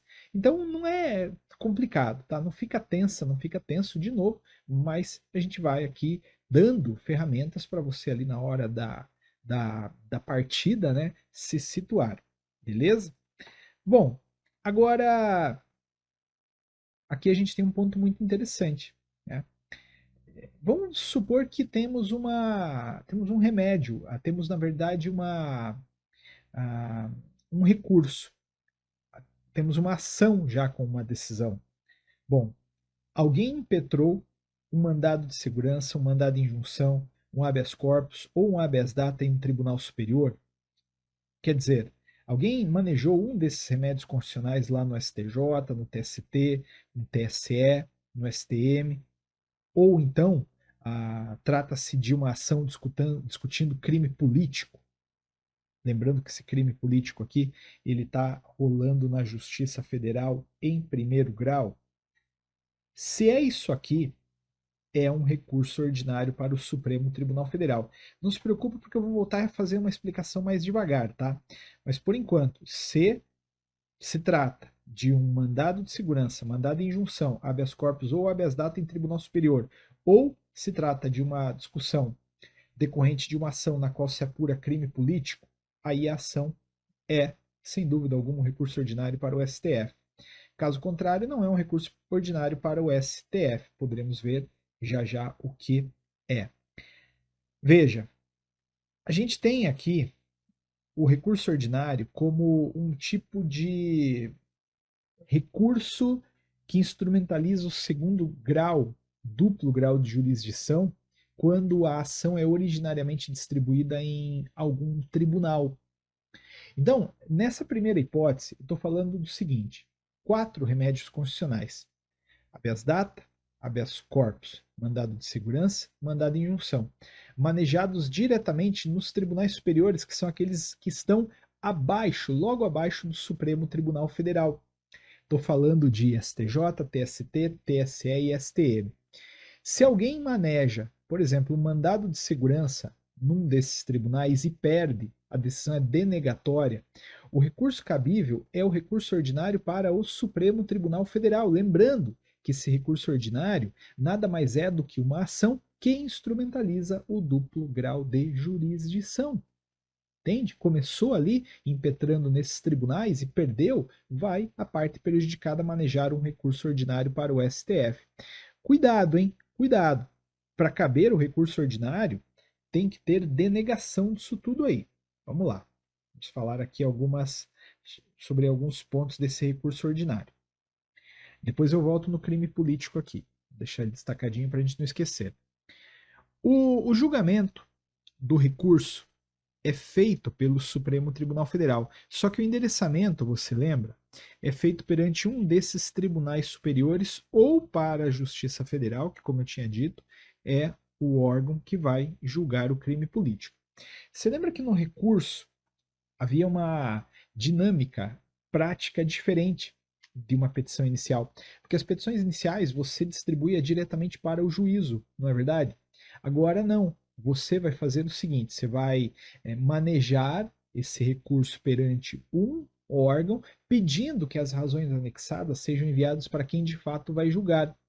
Então, se se trata de um mandado de segurança impetrado perante o STJ e denegado, você vai manejar o recurso ordinário. E como é que você vai fazer? Você vai fazer as razões recursais, mas antes você vai fazer uma petição direcionando essa a interposição do recurso para o próprio tribunal prolator da decisão.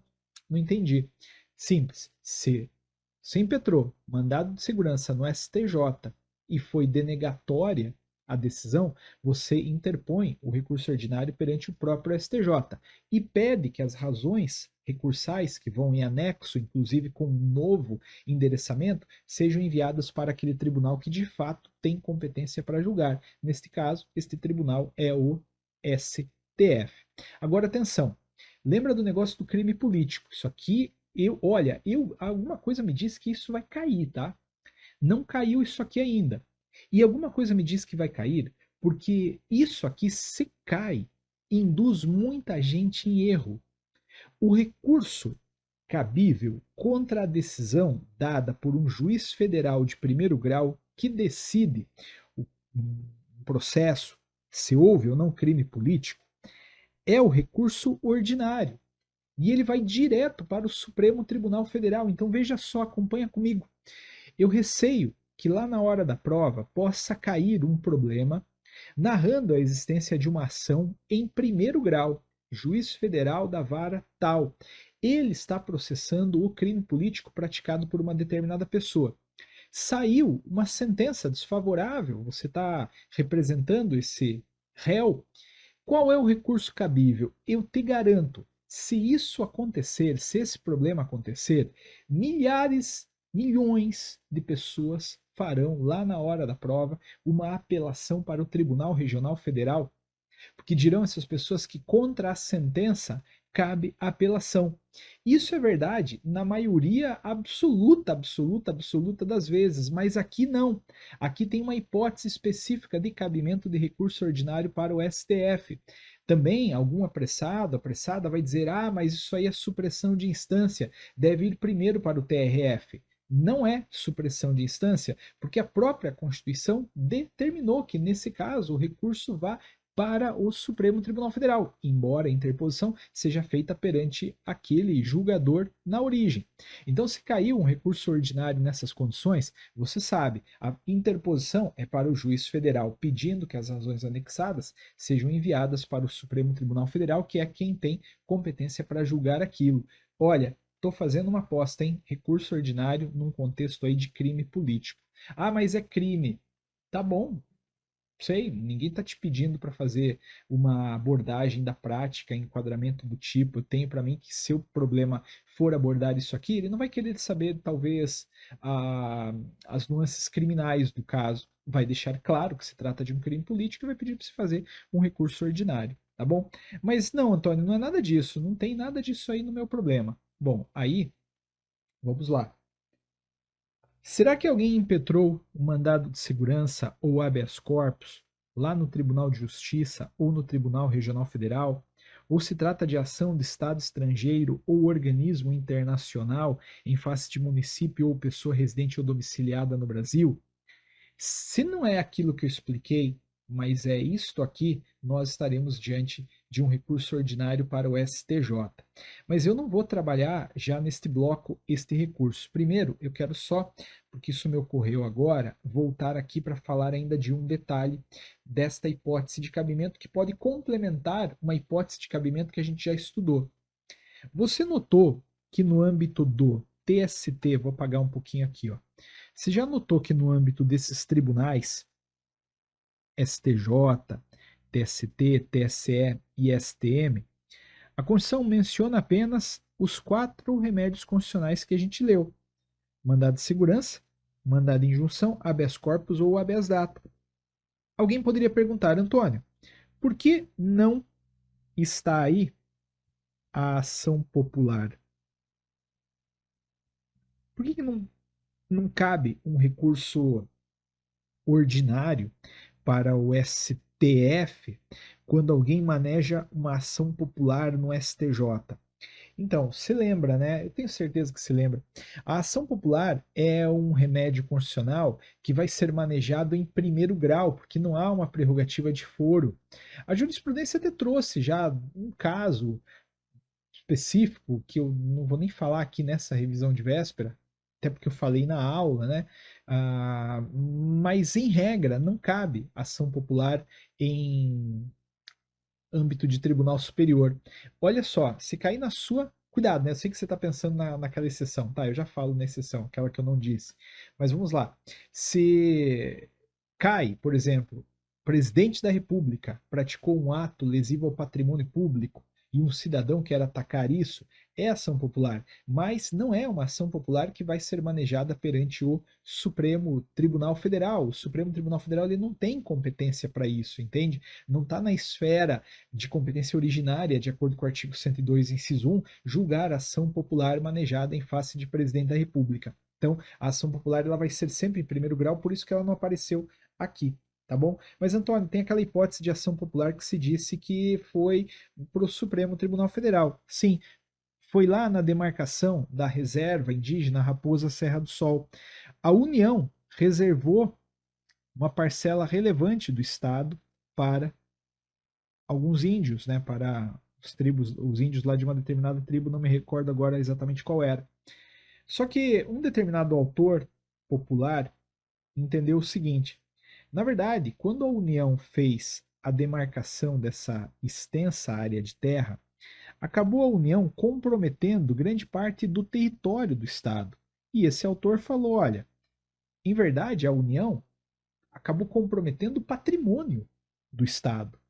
Entende? Então, a gente tinha ali o quê? Um ato praticado pela União comprometendo um patrimônio do Estado. Nesse contexto, o Supremo entendeu que estávamos diante de um conflito federativo. A briga, então, a essência da briga, era uma demarcação da União em face de um território de Estado. Nesse caso, o Supremo Tribunal Federal optou por julgar a ação. Mas foi nesse caso. Via de regra, as ações populares vão lá para primeiro grau. Mas, voltando aqui, não era isso que estava lá no meu problema, Antônio. O que eu tinha realmente era um mandado de segurança ou um habeas corpus lá no Tribunal de Justiça ou no TRF. Ou então, era uma ação de Estado estrangeiro ou organismo internacional em face de município ou pessoa residente ou domiciliada no Brasil. O que, que é nesse caso? Você já sabe? Não sabe? Relaxa. Daqui a pouco a gente continua no próximo bloco.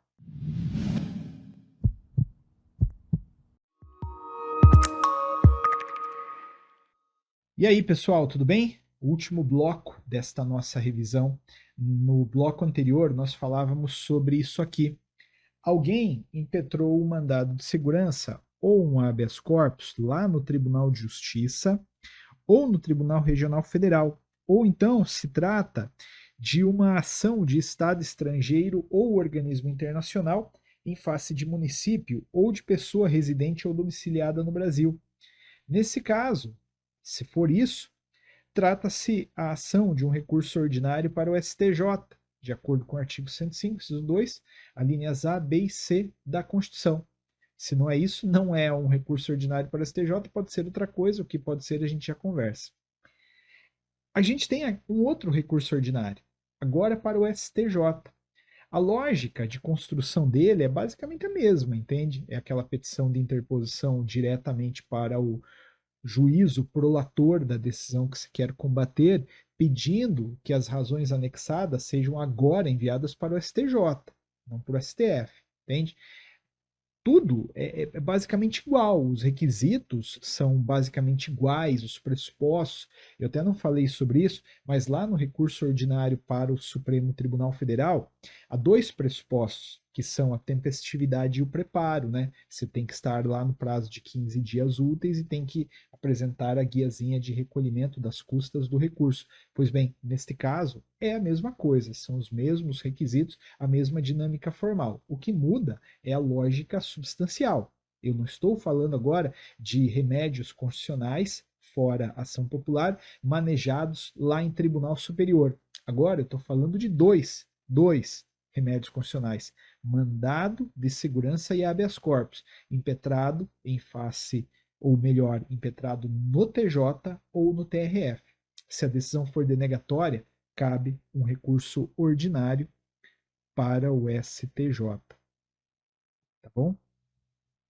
O último recurso ordinário cobrado na prova foi este daqui. Foi este. Manejar um mandado de segurança perante um tribunal de justiça. Aí, lá na ocasião, teve um BOzinho, né? Que eu não considerei, na verdade, mas muitas pessoas se posicionaram contra, dizendo que a questão era nula. Eu realmente ali não achei que havia nulidade. O problema lá foi o seguinte: a questão falava que o mandado de segurança havia sido impetrado no TJ, mas aí falava, ao final, né, da narrativa, que após a negativa da liminar, o feito foi julgado improcedente na origem. Aí um monte de gente entendeu que na origem era primeiro grau. Então um monte de gente entendeu que a ação foi manejada em primeiro grau, subiu em grau recursal para o TJ e aí precisava recorrer. Algumas pessoas fizeram recurso extraordinário. Não era. Aquele problema, para mim, ele estava muito claro. Ele falava que aquela ação de mandado de segurança havia sido manejada perante o Tribunal de Justiça. A decisão foi denegatória. Cabia o quê? Um recurso ordinário para o STJ. Perceba aqui que agora eu estou falando de hipóteses um pouco mais limitadas, né? Eu estou falando de mandado de segurança e habeas corpus. Lá no recurso ordinário que ia para o Supremo, a gente falava em mandado de segurança, mandado de injunção, habeas corpus e habeas data. Aqui não. Perante TJ e TRF, mandado de segurança ou habeas corpus. Se forem denegatórias as decisões, o recurso cabível é o recurso ordinário para o STJ. Agora tem uma outra hipótese aqui que eu quero que você tome cuidado. A ação de Estado estrangeiro ou organismo internacional em face de município ou pessoa residente ou domiciliada no Brasil. Neste caso, o que eu tenho? Eu tenho também um recurso ordinário para o STJ. A questão é que esta ação manejada por Estado estrangeiro ou organismo internacional em face de município ou pessoa residente ou domiciliada no Brasil, ela vai, a ação, para a Justiça Federal de primeiro grau de novo. Lembra? Tinha uma hipótese parecida com esta no recurso ordinário que ia para o Supremo. Era o crime político, se lembra? Pois bem, você está notando o seguinte: se, por exemplo, o Paraguai, o Estado estrangeiro, quer processar o município de Foz do Iguaçu, essa ação vai tramitar na Justiça Federal de primeiro grau. O recurso cabível é o recurso ordinário e vai direto para o STJ. Quando eu digo vai direto para o STJ, entenda-me, né? Eu sei que se entende. A interposição é perante o juízo prolator da decisão, mas o julgamento é para o STJ, é nesse sentido que vai direto para o STJ. Não estou falando que você vai pegar o recurso e protocolar lá no STJ. Não, realmente não é isso, tá bom? Muito bem. Só que, de novo, se isso cai na prova, há quem certamente aparecerá quem vai dizer que esse caso aí é de apelação, é de apelação. Não, não é apelação, tá legal? É recurso ordinário para o STJ.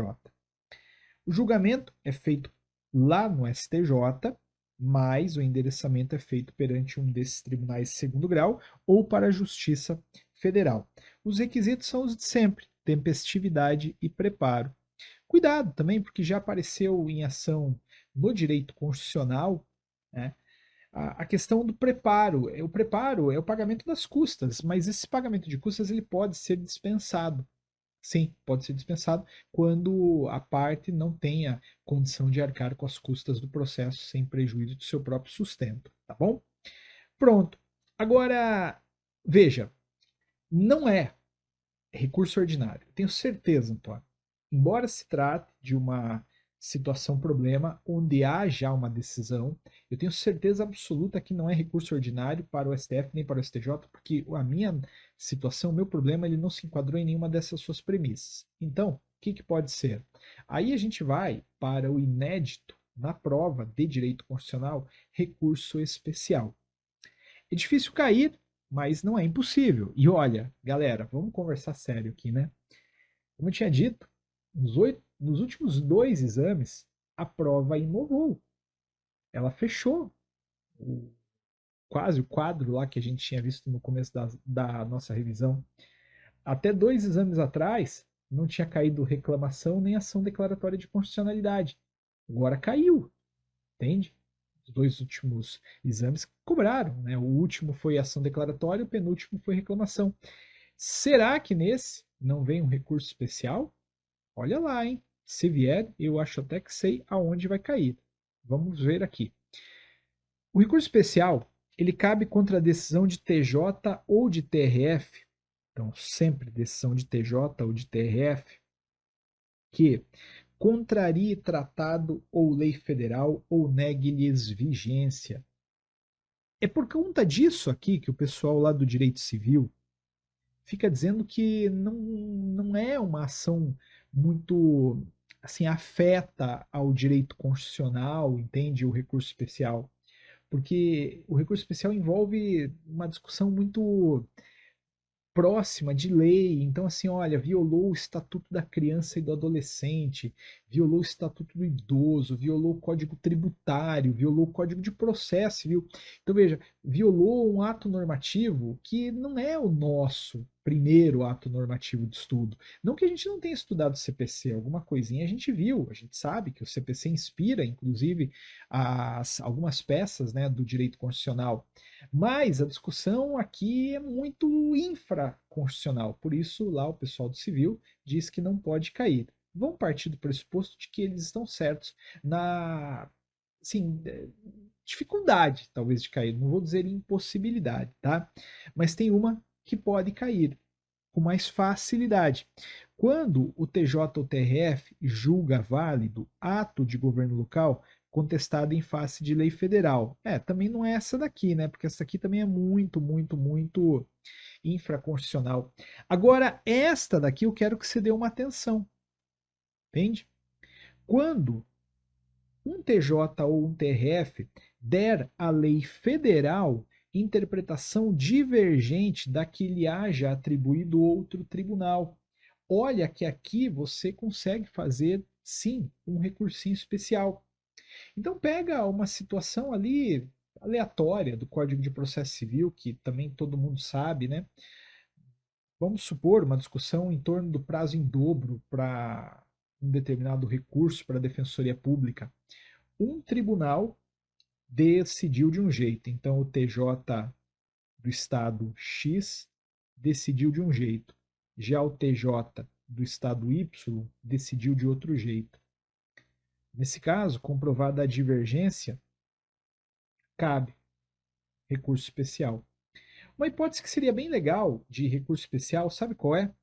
Algo relacionado à hipossuficiência e concessão de benefício de justiça gratuita. Eu tenho visto na minha advocacia uma verdadeira confusão no que tange a critérios de tribunais para fins de concessão de justiça gratuita.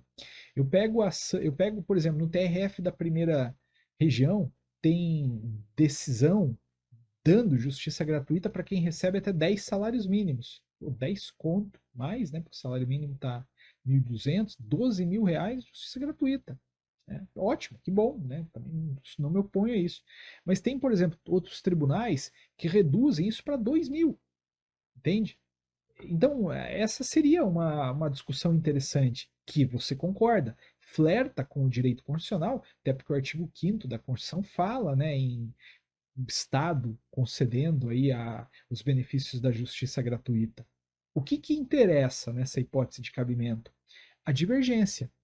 O problema, se quiser cobrar, evidentemente, ele vai ter que mostrar essa divergência. E você concorda que no último exame deu um probleminha lá com a ADC, num ponto muito parecido, que foi justamente o da demonstração da controvérsia judicial relevante? Vai que a prova quer lavar a honra dela e cobra o,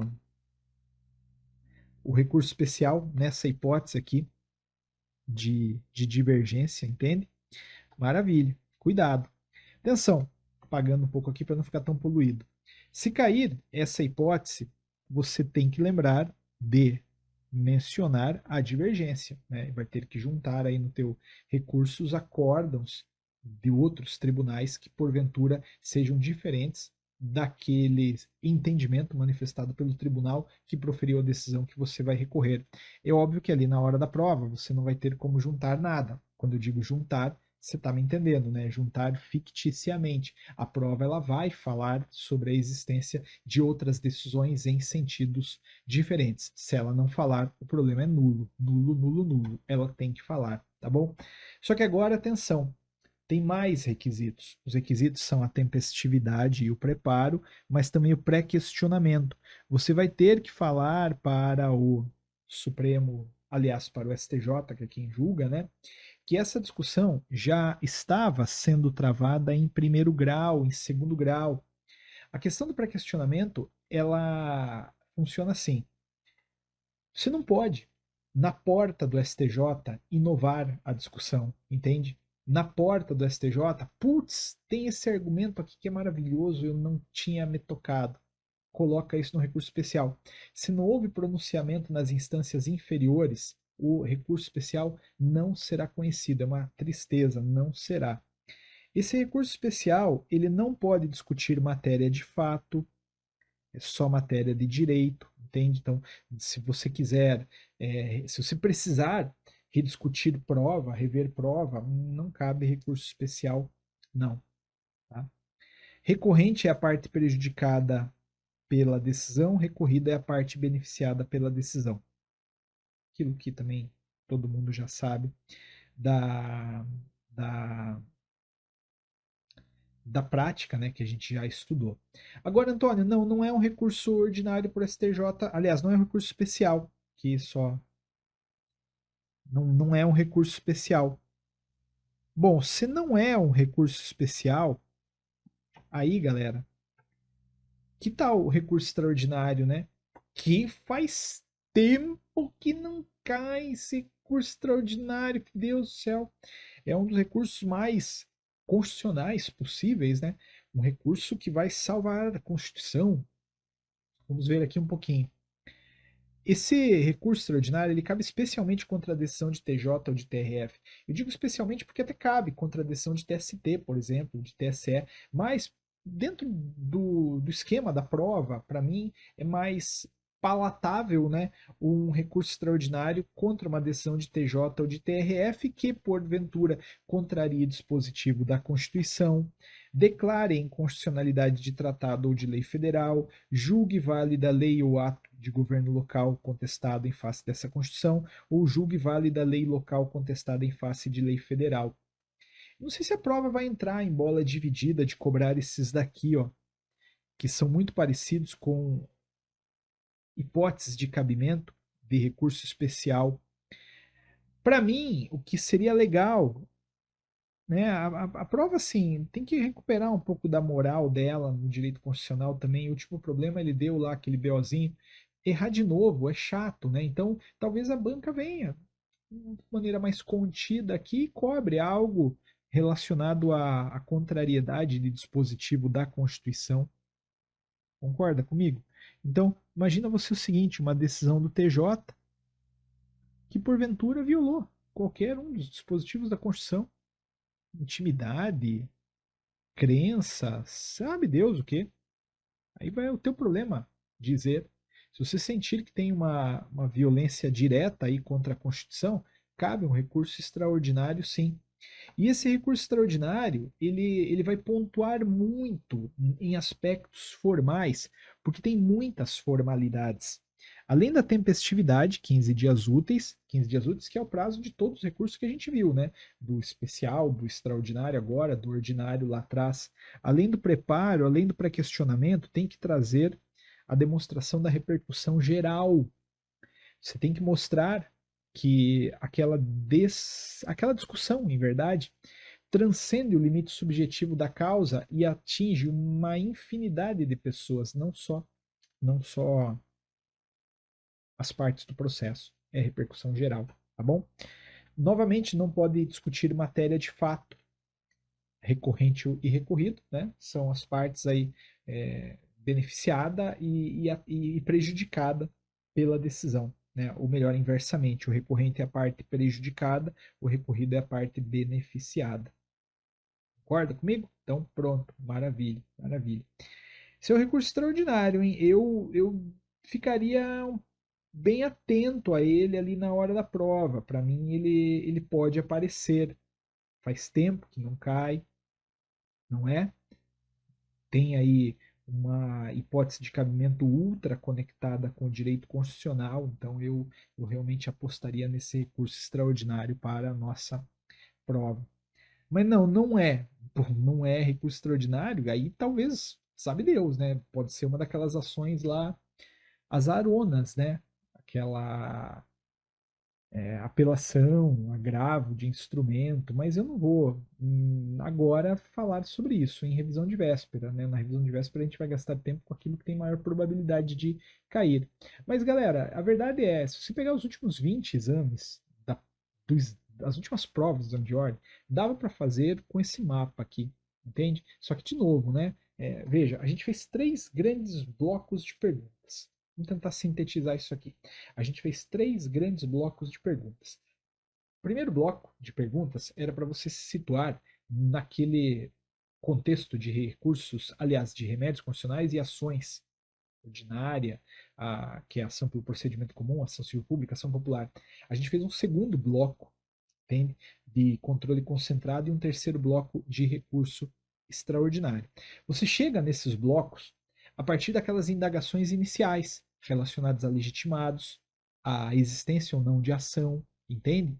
Se porventura você optou, eu tô intuindo que se trata de ação de controle concentrado, bloco 2. Se você fez todo esse jogo de pergunta e não conseguiu fechar, é porque talvez alguma coisa deu errado aqui na premissa, entende? Na verdade, eu acho que não é nada disso. Talvez seja algo remédio constitucional. Tudo isso, apesar de eu ter tentado colocar isso numa lógica mais linear, tudo isso acontece meio que assim, várias conexões ali na hora da prova, tudo isso meio que acontece ao mesmo tempo, mas o que eu quis, de novo, foi mostrar para você que aquilo que está maquinando na tua cabeça dá para racionalizar, e usando esse método você vai matar a parte prática sem sombra de dúvida. Agora, a gente tem que tomar cuidado com algumas hipóteses limítrofes de cabimento, quer dizer, tem algumas hipóteses em que as pessoas realmente ficam divididas. Uma delas, uma dessas hipóteses limítrofes, é justamente o cabimento da ação popular ou da ação civil pública. Eu vejo as pessoas com medo disso aqui, porque, por exemplo, olha, o patrimônio público é uma coisa que está na hipótese de cabimento tanto da ação popular quanto da CP. Idem meio ambiente, idem patrimônio histórico.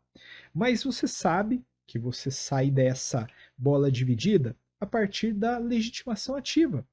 Cidadão, se foi o cidadão que te procurou, é ação popular.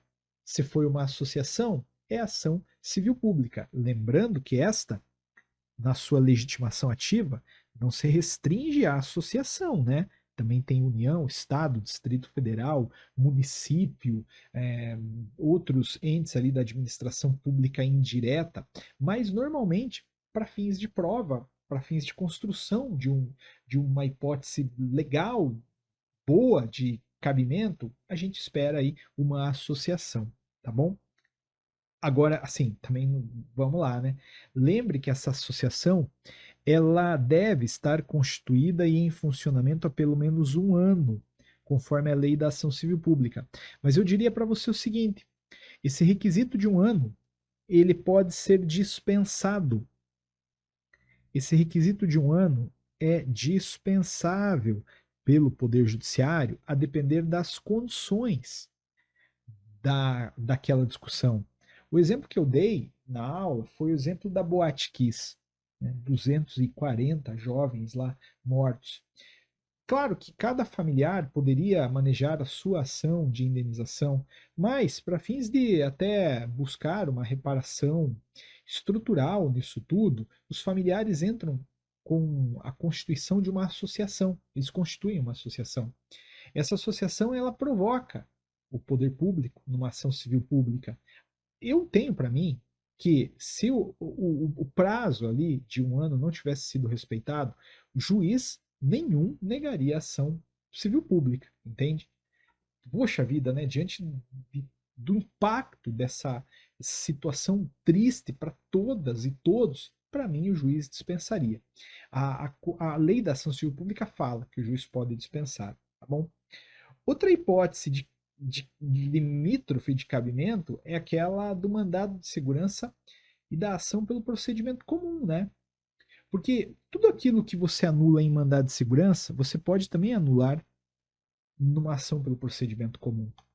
Aí você fala, mas então o que você quer que eu faça? Como é que a prova vai cobrar? A prova sabe. E ela te dá indicadores do que ela quer que você faça. Vamos conversar um pouquinho sobre isso aqui. Primeiramente, o prazo. O mandado de segurança é 120 dias, na ação pelo procedimento comum não há. Eu coloquei o não há entre aspas, porque naturalmente há prazos prescricionais, né, regulados pelo Código Civil. Mas um prazo legal para ajuizamento, como há no mandado de segurança, não vamos encontrar, tá? Então não é para se preocupar. A prova, por exemplo, ela traz lá assim, ó, anular, alguém quer, uma pessoa jurídica quer anular uma cobrança tributária ilegal. Cabe tanto ação pelo procedimento comum como mandado de segurança, óbvio. Na prática, no dia a dia, é assim que funciona. Eu atuo muito em concurso público, vem lá, poxa, eu quero aqui, ó, cobrar, quero entrar com uma ação para anular uma questão que foi cobrada fora do edital. Cabe tanto mandado de segurança quanto ação pelo procedimento comum. Agora, lá na prova, ela vai ter que te dar indicadores do que ela quer que você faça. Entende? Se ela falou, ó, o sujeito te procurou em prazo inferior a 120 dias. Ah, captei vossa mensagem, né, banca? A senhora quer que eu faça mandado de segurança. Claro. Não, mas já passaram 120 dias aí, não cabe mandado de segurança, vai caber o quê? Uma ação pelo procedimento comum. Outra coisa, dilação probatória. No mandado de segurança, não há. Não que você não tem que provar as coisas do mandado de segurança, você tem que provar, mas você tem que provar a partir de uma prova pré-constituída. Se você quer uma perícia, não vai rolar, tá bom? Até um pouco antes da gravação desta aula, eu estava conversando com um candidato que reprovou numa prova e ele queria judicializar, porque ele achava que a questão que ele errou estava nula e era uma questão de física, né? É óbvio que o juiz não vai ler a petição inicial. Ah, nossa, verdade. Só a fórmula, o cara me mandou uma fórmula desse tamanho. Não tem como. Então ali eu vou precisar de uma perícia. Portanto, não cabe mandado de segurança. Ainda que eu esteja dentro dos 120 dias, não cabe mandado de segurança. Tá? Por quê? Porque eu não consigo provar documentalmente. Né? Ah, mas se você juntar o parecer de um super especialista, eu acho 1000 super especialistas para você que pagam, que cobram, melhor dizendo, para fazer o parecer do jeito que se pedir, entende? Então não vai rolar, realmente. Naquele caso ali precisava uma prova pericial e aí é ação pelo procedimento comum. Indenização no mandado de segurança não cabe. Na ação pelo procedimento comum cabe. Então você vai ter que fazer todo esse jogo lá. Olha, alguém quer anular lá a cobrança tributária, tá? No prazo de 120 dias, não precisa de prova diferente da documental, mas quer uma indenização. Aí se abandona o mandado de segurança e vai para ação pelo procedimento comum. Tem? Cobrança também não cabe no mandado de segurança, mas cabe na ação pelo procedimento comum. Essas são as principais diferenças, né? Além disso, na ação de mandado de segurança, o polo passivo é uma autoridade pública. Na ação pelo procedimento comum, não necessariamente. Tá bom? E basicamente é isso. Também tem uma diferença entre mandado de injunção e ação direta de inconstitucionalidade por omissão, mas a gente já conversou um pouco sobre isso, né? A gente já sabe que quando é uma pessoa que não pode, não consegue exercer um direito por falta de norma regulamentadora, aí é o mandado de injunção. Agora, se é um daqueles legitimados lá do artigo 103, que quer discutir a coisa mais estruturalmente, aí é uma ação direta de inconstitucionalidade por omissão. Eu volto-me agora para o começo da nossa aula, quando eu disse que não é essa prova que vai separar o advogado do candidato, entende? Da candidata. Como eu te disse, saindo da prova, você não vai sair outra pessoa, você vai sair justamente quem você era quando você entrou. Você já tem o que é preciso. Você já tem o que é preciso. Só você ir para a prova agora com tranquilidade. Entrega um pouco também agora, né, para o universo, para Deus e deixa a coisa acontecer. Só peço um pouquinho de cuidado. Na véspera da prova, no sabadão, dá uma maneirada, entende? Esquece, não é um dia ou outro também que vai te resolver a vida. Quiser dar uma olhadinha no caderno, dá, mas não é aquilo de ficar puto, ficar 4 horas estudando direto aqui. Esquece, esquece, né? Agora já o que cabia você fazer, você fez. Você fez o que você podia fazer com o tempo que você tinha.